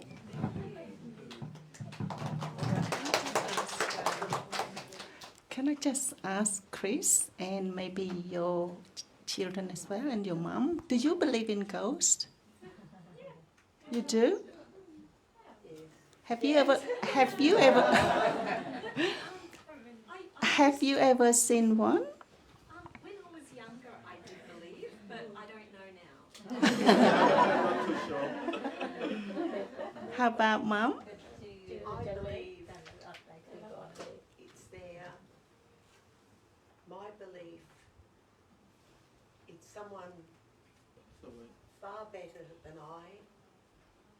something much more knowledgeable. I think the closest I feel to my God would be in my own back garden, when I'm with the trees, the flowers, the sky, the moon, peace and serenity. I feel it. I can't tell anyone else to feel what I feel, but I have a strong feeling within myself. To be a good person, to be an understanding person, to be patient, to be grateful, and do your best that you possibly can. And that's where I am. That's about as much as I can explain. ខ្ញុំបកប្រែ Chris ខ្ញុំសួរគាត់ថាគាត់ជឿខ្មោចអីអញ្ចឹងណាគាត់ថាគាត់នៅពីក្មេងគាត់ជឿក៏ប៉ុន្តែឥឡូវហ្នឹងដូចជាអត់ទេអញ្ចឹងណាហើយលោកជ័យគាត់មិនប្រកាសថាជារឿងខ្មោចក៏ប៉ុន្តែគាត់ជឿទៅលើថាមានស្អីមួយមានព្រលឹងស្មោលស្អីមួយឬគាត់ចេញទៅខាងក្រៅផ្ទះនៅសួនច្បារនៅក្បែរដើមឈើអញ្ចឹងហាក់ដូចជាមានអារម្មណ៍ថាមានព្រលឹងអីមួយដូចមកក្បែរគាត់អញ្ចឹងមានស្មោលមានអីអញ្ចឹងប៉ុន្តែដូចជាមានបារមីខ្ញុំគួរតែនិយាយពាក្យបារមីត្រូវជាក្នុងន័យហ្នឹងវាមិនមែនក្នុងន័យថាអវិជ្ជមានទេចង់និយាយថាពេលដែលបារមីហ្នឹងគឺក្នុងន័យវិជ្ជមានខ្លាំងជាងថាដូចធ្វើឲ្យគាត់មានអារម្មណ៍ថាមានបារមីអីមួយដូចតាមមើលគាត់អញ្ចឹងដូចយើងដូចថាមកមើលថែរក្សាគាត់ក្នុងន័យអញ្ចឹងចាអញ្ចឹងគាត់មានជំនឿអញ្ចឹងដែរ Okay, I can share my experience in my childhood. When I was a lot younger, maybe under 10, I always heard people talking about ghosts, like they come in various forms. The ghost of the tree, and the ghost of the house, the ghost of the river, the ghost of the sea. You know, ខ្មែរយើងនិយាយថាស្អីគេខ្មោចទឹកខ្មោចអីណាអ្នកតាអារក្សអីចឹងណា Yes ស្អីក៏ ghost ដែរហ្នឹងក្នុងលក្ខណៈថា negative. It's basically very negative because these spirits can harm you unless you appease them with some offerings. You know, like a bunch of banana and some incense stick, candles, or lollies, or food like the head of the pig or the chicken.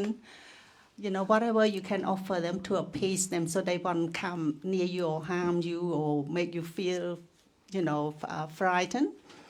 But as I grow older, I just say, I really want to see ghosts. I've never seen one all my life up until now, so I never believe in it. So when people, even my mom, my brother and sister always say they saw ghosts in the house, I said, tell me, where did you see the ghosts?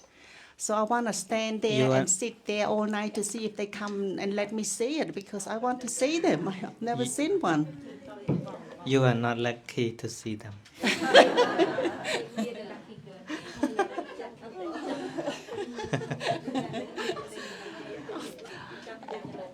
I'm really, I'm serious. I really want to see one, but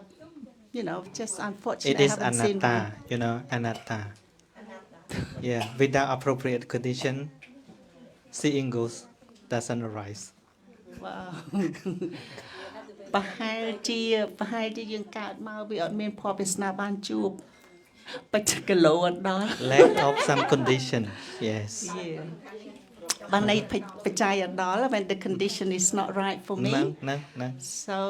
I hope I get to see one before I go to hell or heaven. But the thing is, in the society, people always discuss on ghosts, have or not, real or fake or something. But to me, real or not real, it is not a matter. The matter is our thinking. Like, yeah, in the afternoon, a young woman talk about ghosts. She really scared of ghosts. She asked, is it because of ghosts or because of herself? Yeah, the real problem is herself, not the Yes. ghost. Exactly គុណម្ចាស់កណាគិតថាប្រហែលជាមកពីយើងគិតពីរឿងនឹងច្រើនពេក So it's to do with how you conduct yourself. It's probably more your emotional and mental state. That if you actually fearful of something or you experience something in a very early childhood, or your parents or your family members, your relatives, your friends who you associate with always talk about ghosts. Yes. So you kind of living in a, you know, the environment, the situation where ghosts and spirits was discussed, and it make you become very fearful. So that's how I see things. And also, if your mental state is not stable, I'm not saying that you are you are not stable there, Danny. But sometimes it's some mental illnesses like schizophrenia. ខ្មែរយើងនឹងគេហៅថាជំងឺអីទេ schizophrenia ហ្នឹងក៏ប៉ុន្តែមនុស្សហ្នឹងឮសូរសំឡេងនិយាយនៅក្នុងស្ដាប់ទៅឮសូរសំឡេងនិយាយប្រាប់ថាឲ្យធ្វើនេះធ្វើនោះឲ្យប្រាប់ថាឲ្យចាក់ទៅកាប់ទៅអីចឹងគាត់ធ្វើតាម So អាហ្នឹងគេហៅ schizophrenia ខ្មែរយើងអត់ដឹងថាហៅអីឮសូរសំឡេងដូចថាសំឡេងគេប្រាប់ថាឲ្យធ្វើអីចឹងខ្មៅបជាខ្មៅចូលអីចឹង So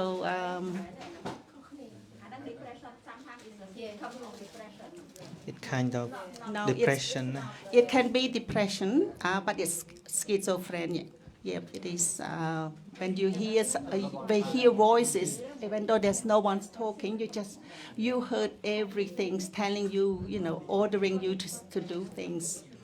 Can be very harmful to yourself and others around you.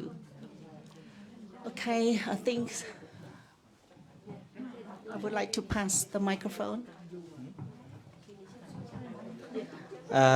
ឥឡូវយើងគិតប៉ុណ្ណឹងចុះយើងពិសេស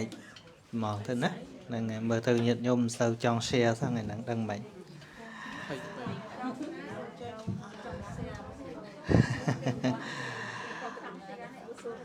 ហ៎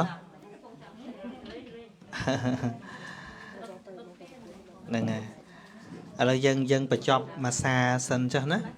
យើងបូជាប្រទីបសិនយើងអភិសេកសិនបញ្ចប់មួយវគ្គសិនហើយយើងនៅចង់បន្តទៅទៀតអ្នកណានៅចង់នៅចង់ទៅយើងទៅហ្នឹងហើយឲ្យចប់មួយវគ្គសិនសូមអនុមោទនាសាធុចឹងសូមអញ្ជើញពុទ្ធបរិស័ទយើងកាសថយក្រោយបន្តិចដើម្បីនិមន្តលោកម្ចាស់គ្រូនិងលោកអ៊ំជាលោកអ៊ំអញ្ជើញលោកអ៊ំជាយហនជាអធិបតីដើម្បីបូជាប្រតិបថ្វាយបរតនត្រ័យជាដំបូងគេសិន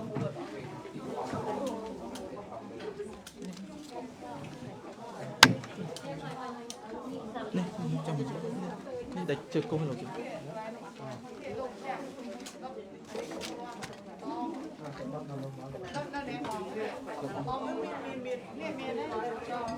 អាទៀនសអ៊ំអត់ទេបើអ៊ំនេះបើជឿទូយើង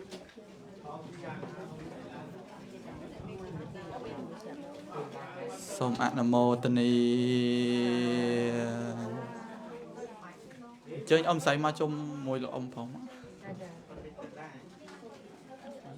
ហ្នឹងហើយ after អនុមោទនីបូជាប្រតិបថ្វាយប្រតនត្រ័យក្នុងថ្ងៃវិសាខបូជាអនុមោទនី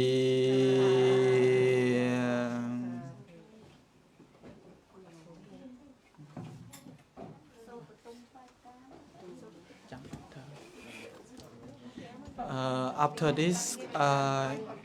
can Chris family come and light the candle please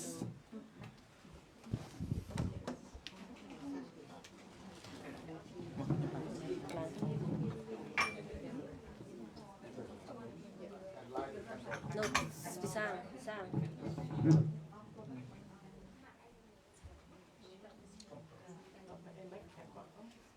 You just light a candle, yep. Yep. Any of them. Any one of them, yeah. Any one of them, please. Can anyone in line? No, what you do, you hold, you hold the candle and then burn. Oh, yeah. Just do it from here. Thank you. And you just hold one of the candle. Yep, that's right.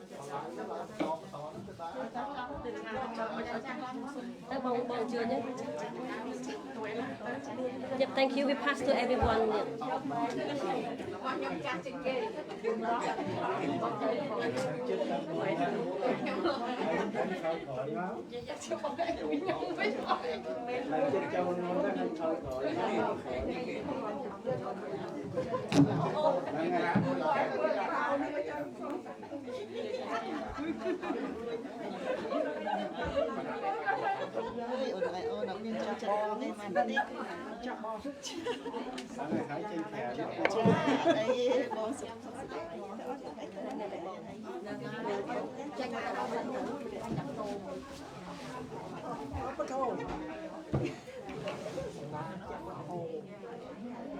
Yên biết là ngày Yên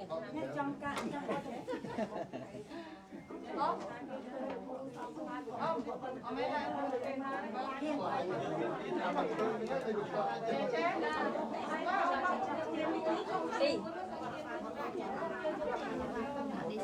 Chà lại đi sân dần đi chạy.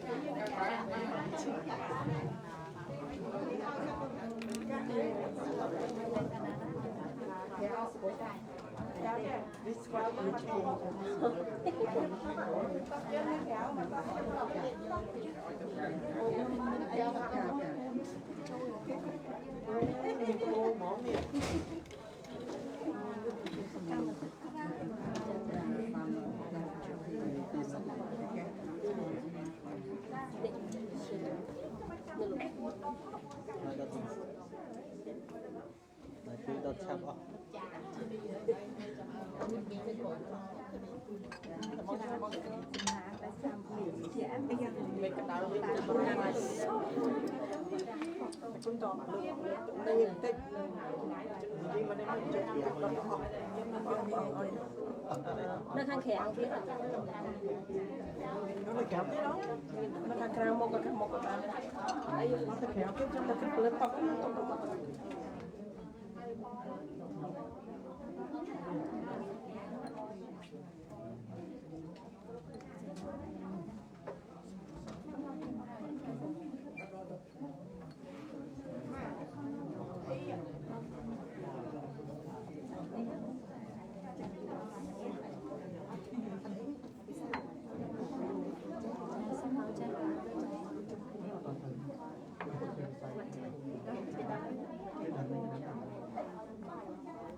Với ông ấy.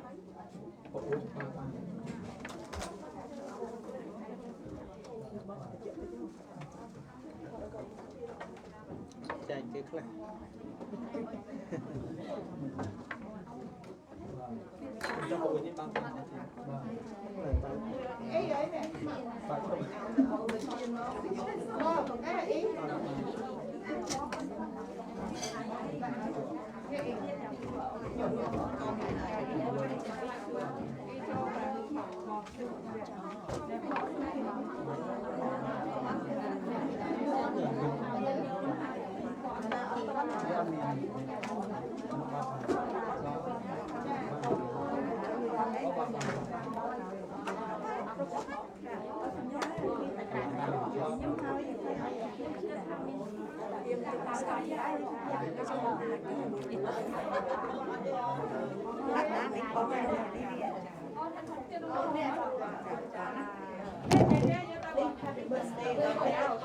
ពួកយើងនៅមានទៀននៅខាងមុខវត្តទៀតណាប្រទីបនៅខាងមុខវត្តបើអ្នកណាមតាន់បានដុតអស់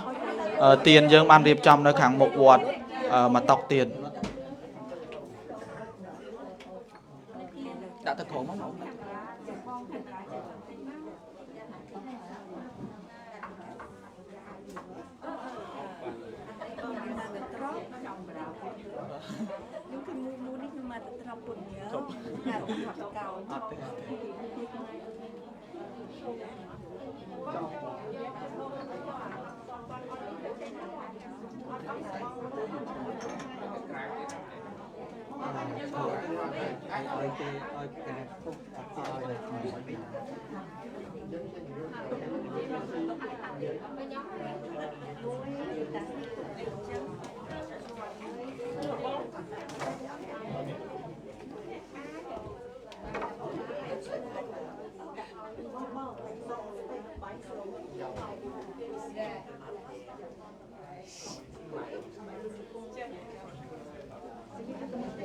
ចឹងពុទ្ធបរិស័ទយើងរួចរាល់ហើយនៅបូជាប្រទីបនៅខាងក្រៅអីនៅខាងក្នុងអីហ្នឹងណា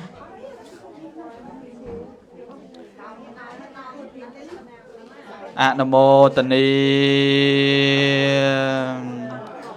អញ្ចឹងយើងត្រៀមផ្កាដើម្បីធ្វើពិធីពុទ្ធិពិស័យអញ្ចឹងអញ្ជើញងើបឈរទាំងអស់គ្នាដើម្បីធ្វើពិធីពុទ្ធិពិស័យ Please stand up all together please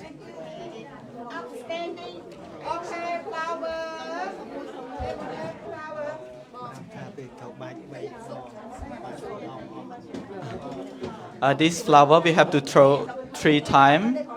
Not only one time, we have to throw 3 times. So please make it enough for 3 times. ផ្កាទាំងអស់ហ្នឹងយើងសម្រាប់បាច3ដងបូជាចំពោះព្រះពុទ្ធជាម្ចាស់អញ្ចឹងសូមបងប្អូនទាំងអស់បែងចែកផ្កាហ្នឹងជា3ចំណែកដើម្បីបាចថ្វាយព្រះពុទ្ធជ័យ3ដង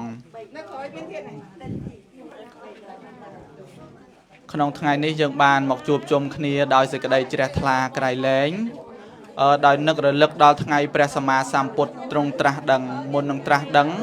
ព្រះអង្គបានផ្ចាញ់នៅមេរាធិរាជទាំងឡាយដែលមកផ្ចាផ្ចាញ់របស់ព្រះផ្ចាញ់នឹងដណ្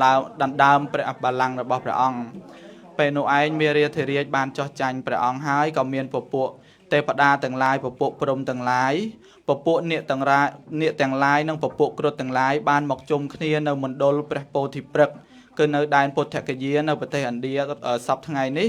ដើម្បីស្រែកថ្វាយព្រះពរជ័យដល់ព្រះពោធិសត្វដូច្នេះថា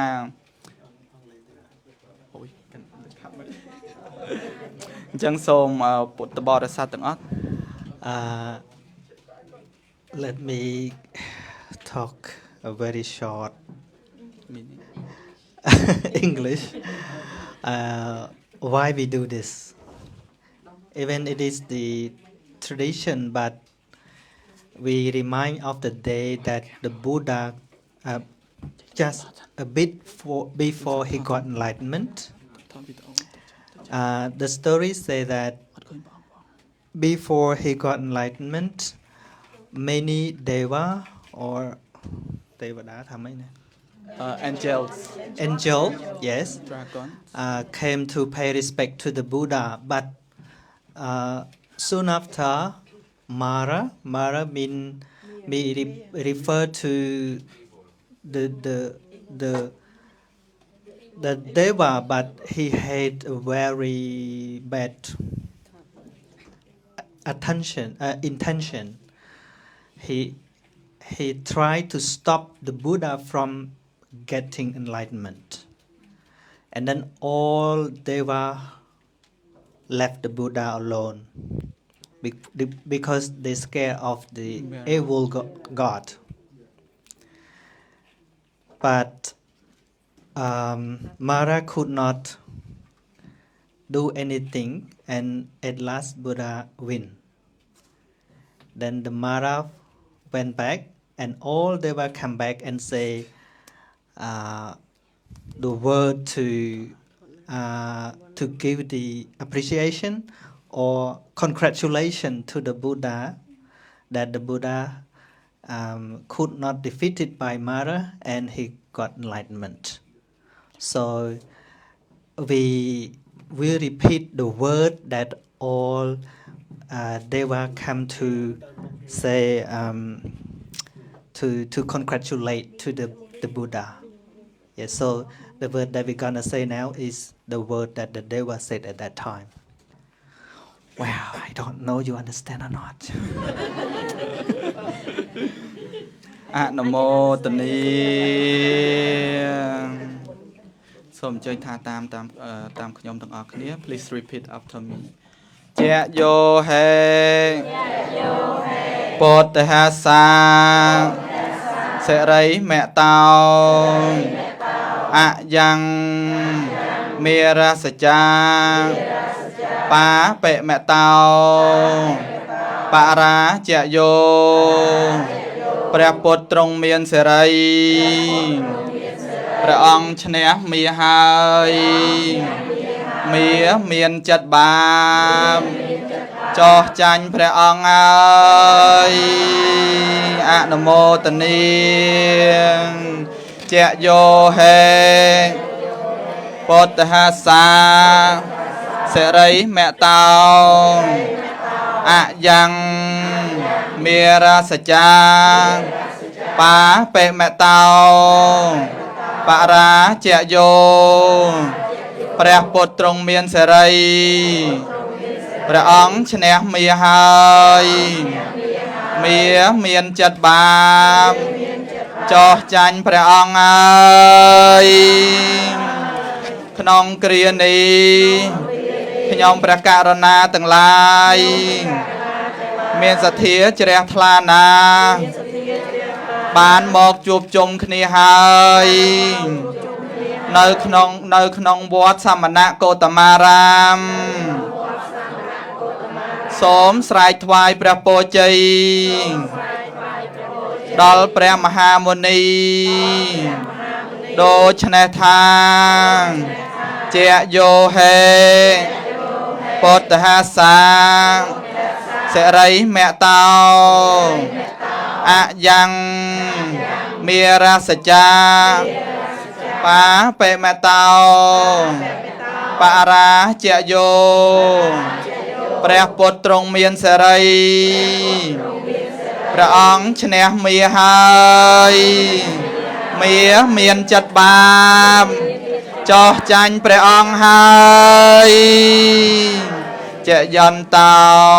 ពោធិយាមូលេសាខ្យាណានន្តវត្តណោអេវាំងថ្វាំងជយោហោហិជយាសុជយមង្គលេអបរាជិតបាលង្កេសីសេបតវិបោករេអភិសេកេសាបពុទ្ធានាងអាកេបតោបមោតតសនៈខតាំងសមង្គលំសុពភិតាំងសហតតាំងសុខេណោសមហតោចសុយតាំងប្រមចារីសុបតៈខេណង្កាយកម្មੰវាចាកម្មੰបតៈខេណង្បតៈខេណង្មនោកម្មੰបនិធិតេបតៈខេណាបតៈខេណង្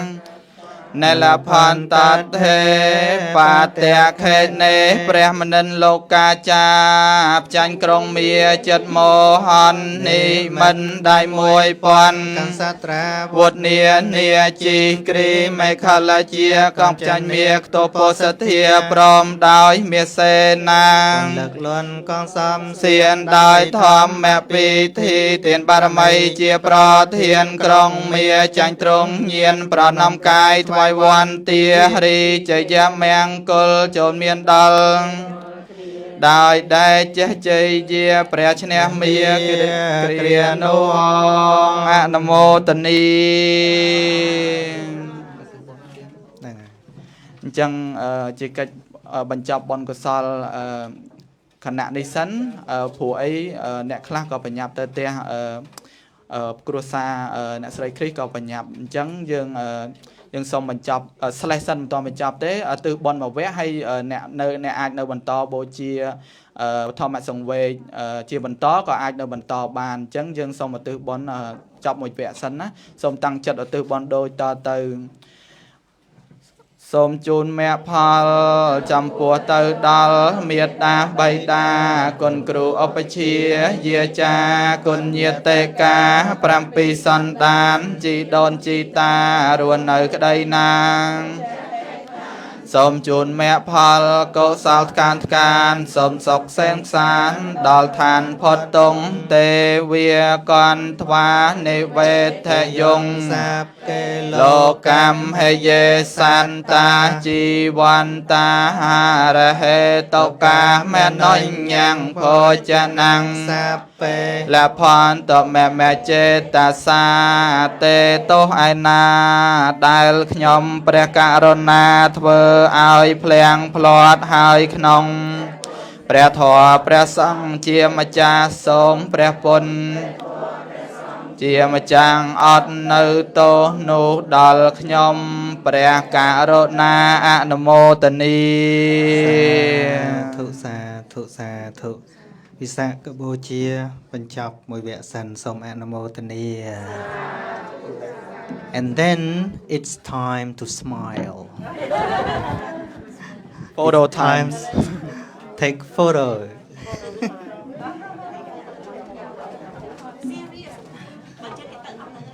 ហ្នឹងហើយថតរូបប្រយ័ត្នអត់បានជាប់មួយផ្កាស្អាតណា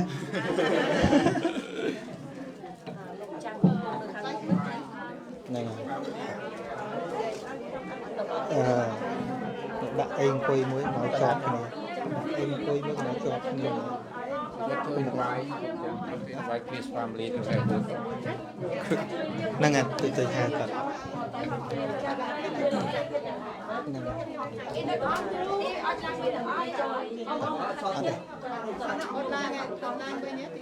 ទុកសិនចុះចាំហើយឥឡូវថតសិនហ្ន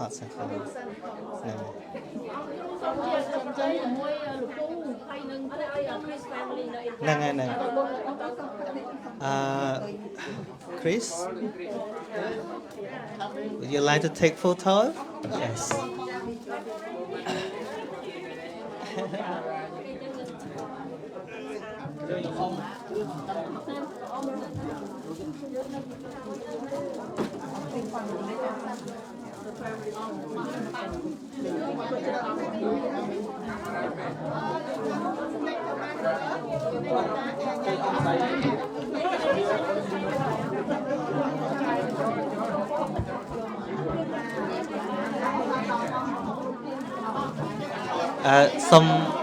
សុំតែមួយ family គ្រីសមួយលោកអ៊ំ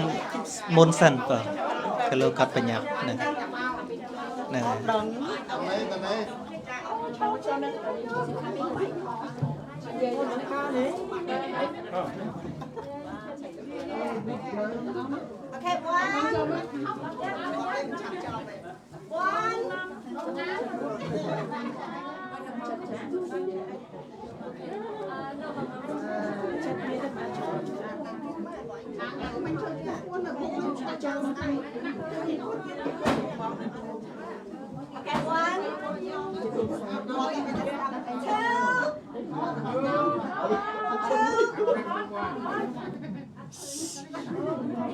Smile Okay, 1, 2, 3, cheese. Một tiết. Chăm một tiết. Chăm nhung thác bán chăm cháy nhá, bỏ ốc bán đến nửa sniêm á. Ok, chăm bán ăn để muối. Pi, bay, cheese. Nhớ spam muối mình để ốc từ ốc thời nó ăn á. Spam muối đã. Chà cho spam muối. Muối. Pi, bay, cheese. 1, 2, 3. Muối. 1, 2, 3, cheese. Okay.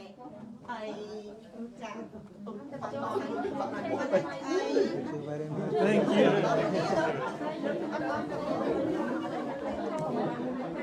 Thank you very much for having us.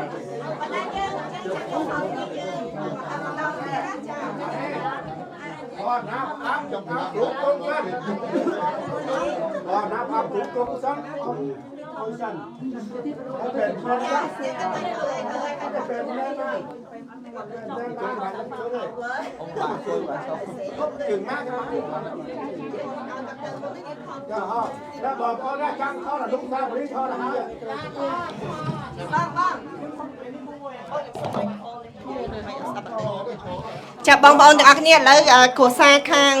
ងភ្ញៀវបរទេសយើងគាត់អញ្ជើញទៅប៉ុន្តែយើងនៅជុំទៀតថតមកបោះទៀតលើកនេះមិនក៏បានឲ្យតែបានជុំគ្នាសិនចាអូខេថាសូមអញ្ជើញចូលមួយទៀតចាទៅខាងក្រោយទៅគៀនទៅកលៀតណាក៏បានឲ្យតែបានជុំគ្នាសិនព្រោះខ្ញុំថតវីដេអូឯងដែលឲ្យមានជាប់គ្រប់គ្នាតែម្ដងចាខ្ញុំថតរូបខ្លះខ្ញុំថតវីដេអូខ្លះបងប្អូនចេះសូមអញ្ជើញដោយសារយើងមានកម្មវិធីបន្តទៀតចា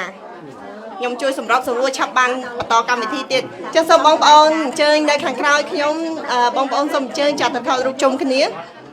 ដល់ណាថតហើយជើញទៅថតបន្តគ្នាទៅចាអញ្ចឹងសូមមិននាទីទៀតទេបងប្អូនខាងនោះដែលអញ្ជើញសូមអញ្ជើញចូលថតរូបជុំគ្នាទាំងអស់គ្នាចានៅខាងក្រោយទៀតទៅបានអស់គ្នា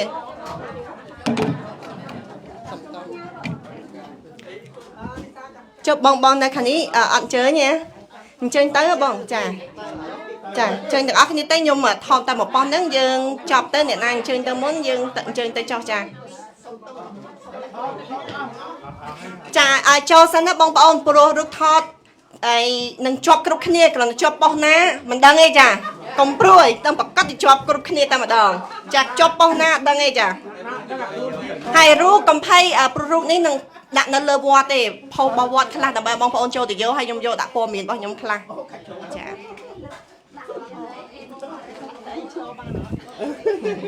ចាឥឡូវរឿងសំខាន់កុំទាន់ដឹងព័ត៌មានណាសំខាន់ញញឹមឲ្យស្អាតសិនចា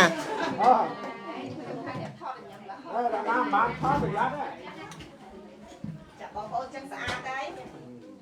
ចឹងខ្ញុំសូមឲ្យបងប្អូនជួយសំពះទាំងអស់គ្នាមួយសិនខ្ញុំសូមថតវីដេអូខ្លីមួយចាហើយបាច់និយាយអីទេកុំឲ្យវត្តវាកាត់ស្អាតចាចឹងខ្ញុំសូមសំពះមួយសូមថតវីដេអូចាខ្ញុំរាប់1 2 3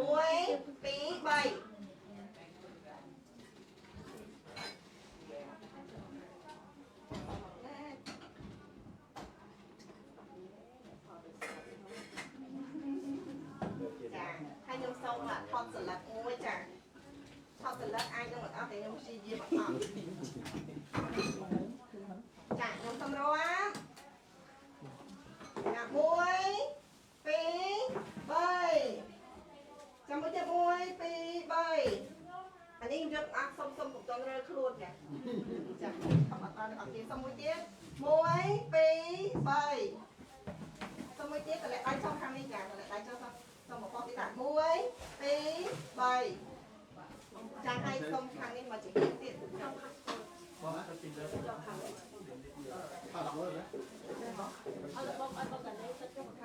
ូនចាំខ្ញុំផ្ញើជូនអូន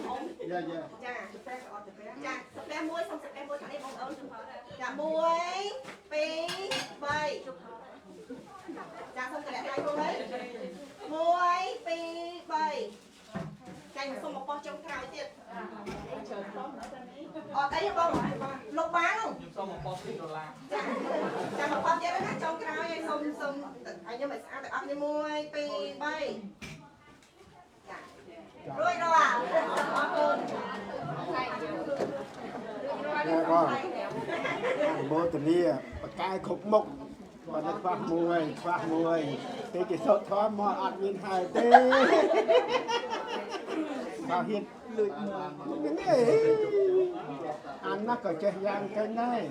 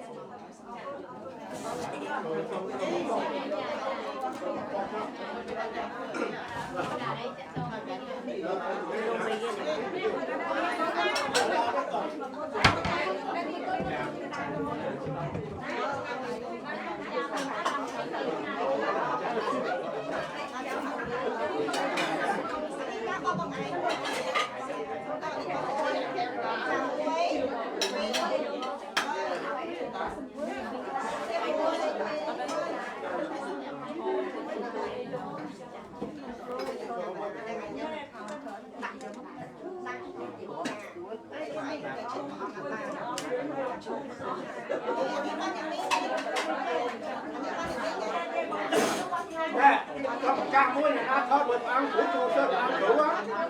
Ai được ra nó thôi là ăn cứ mình ó mình ra thôi chứ không ăn đủ.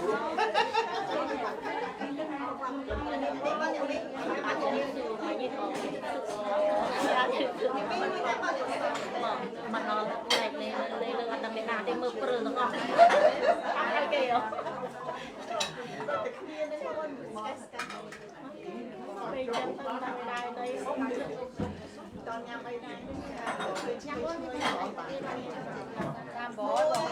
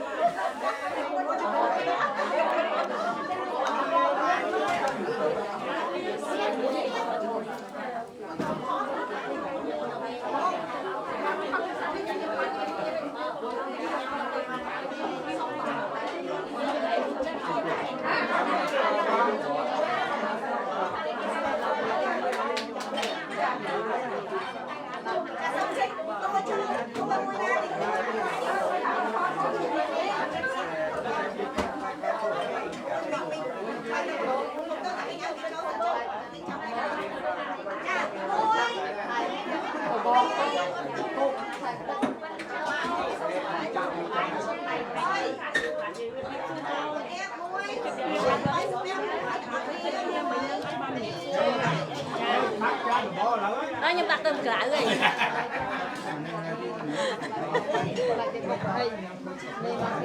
Xong tay mùi, xong tay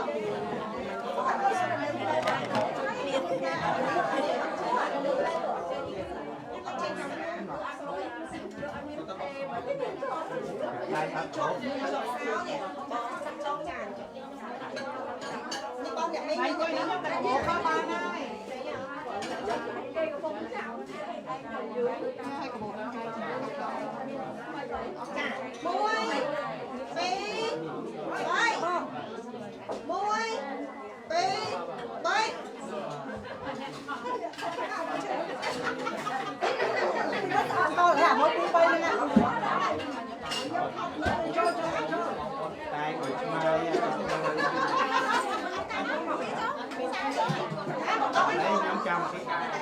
Ghiền Mì Gõ để không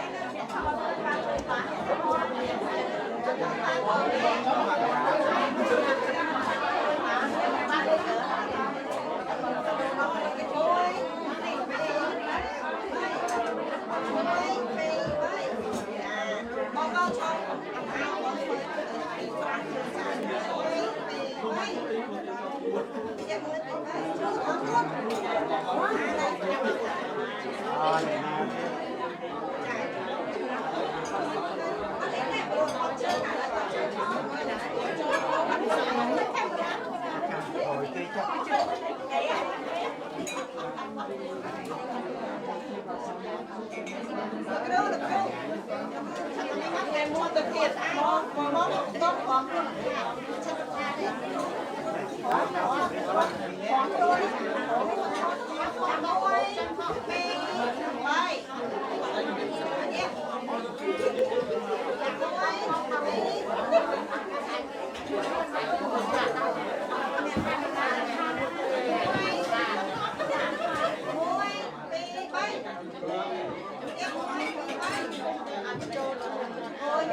những video hấp dẫn.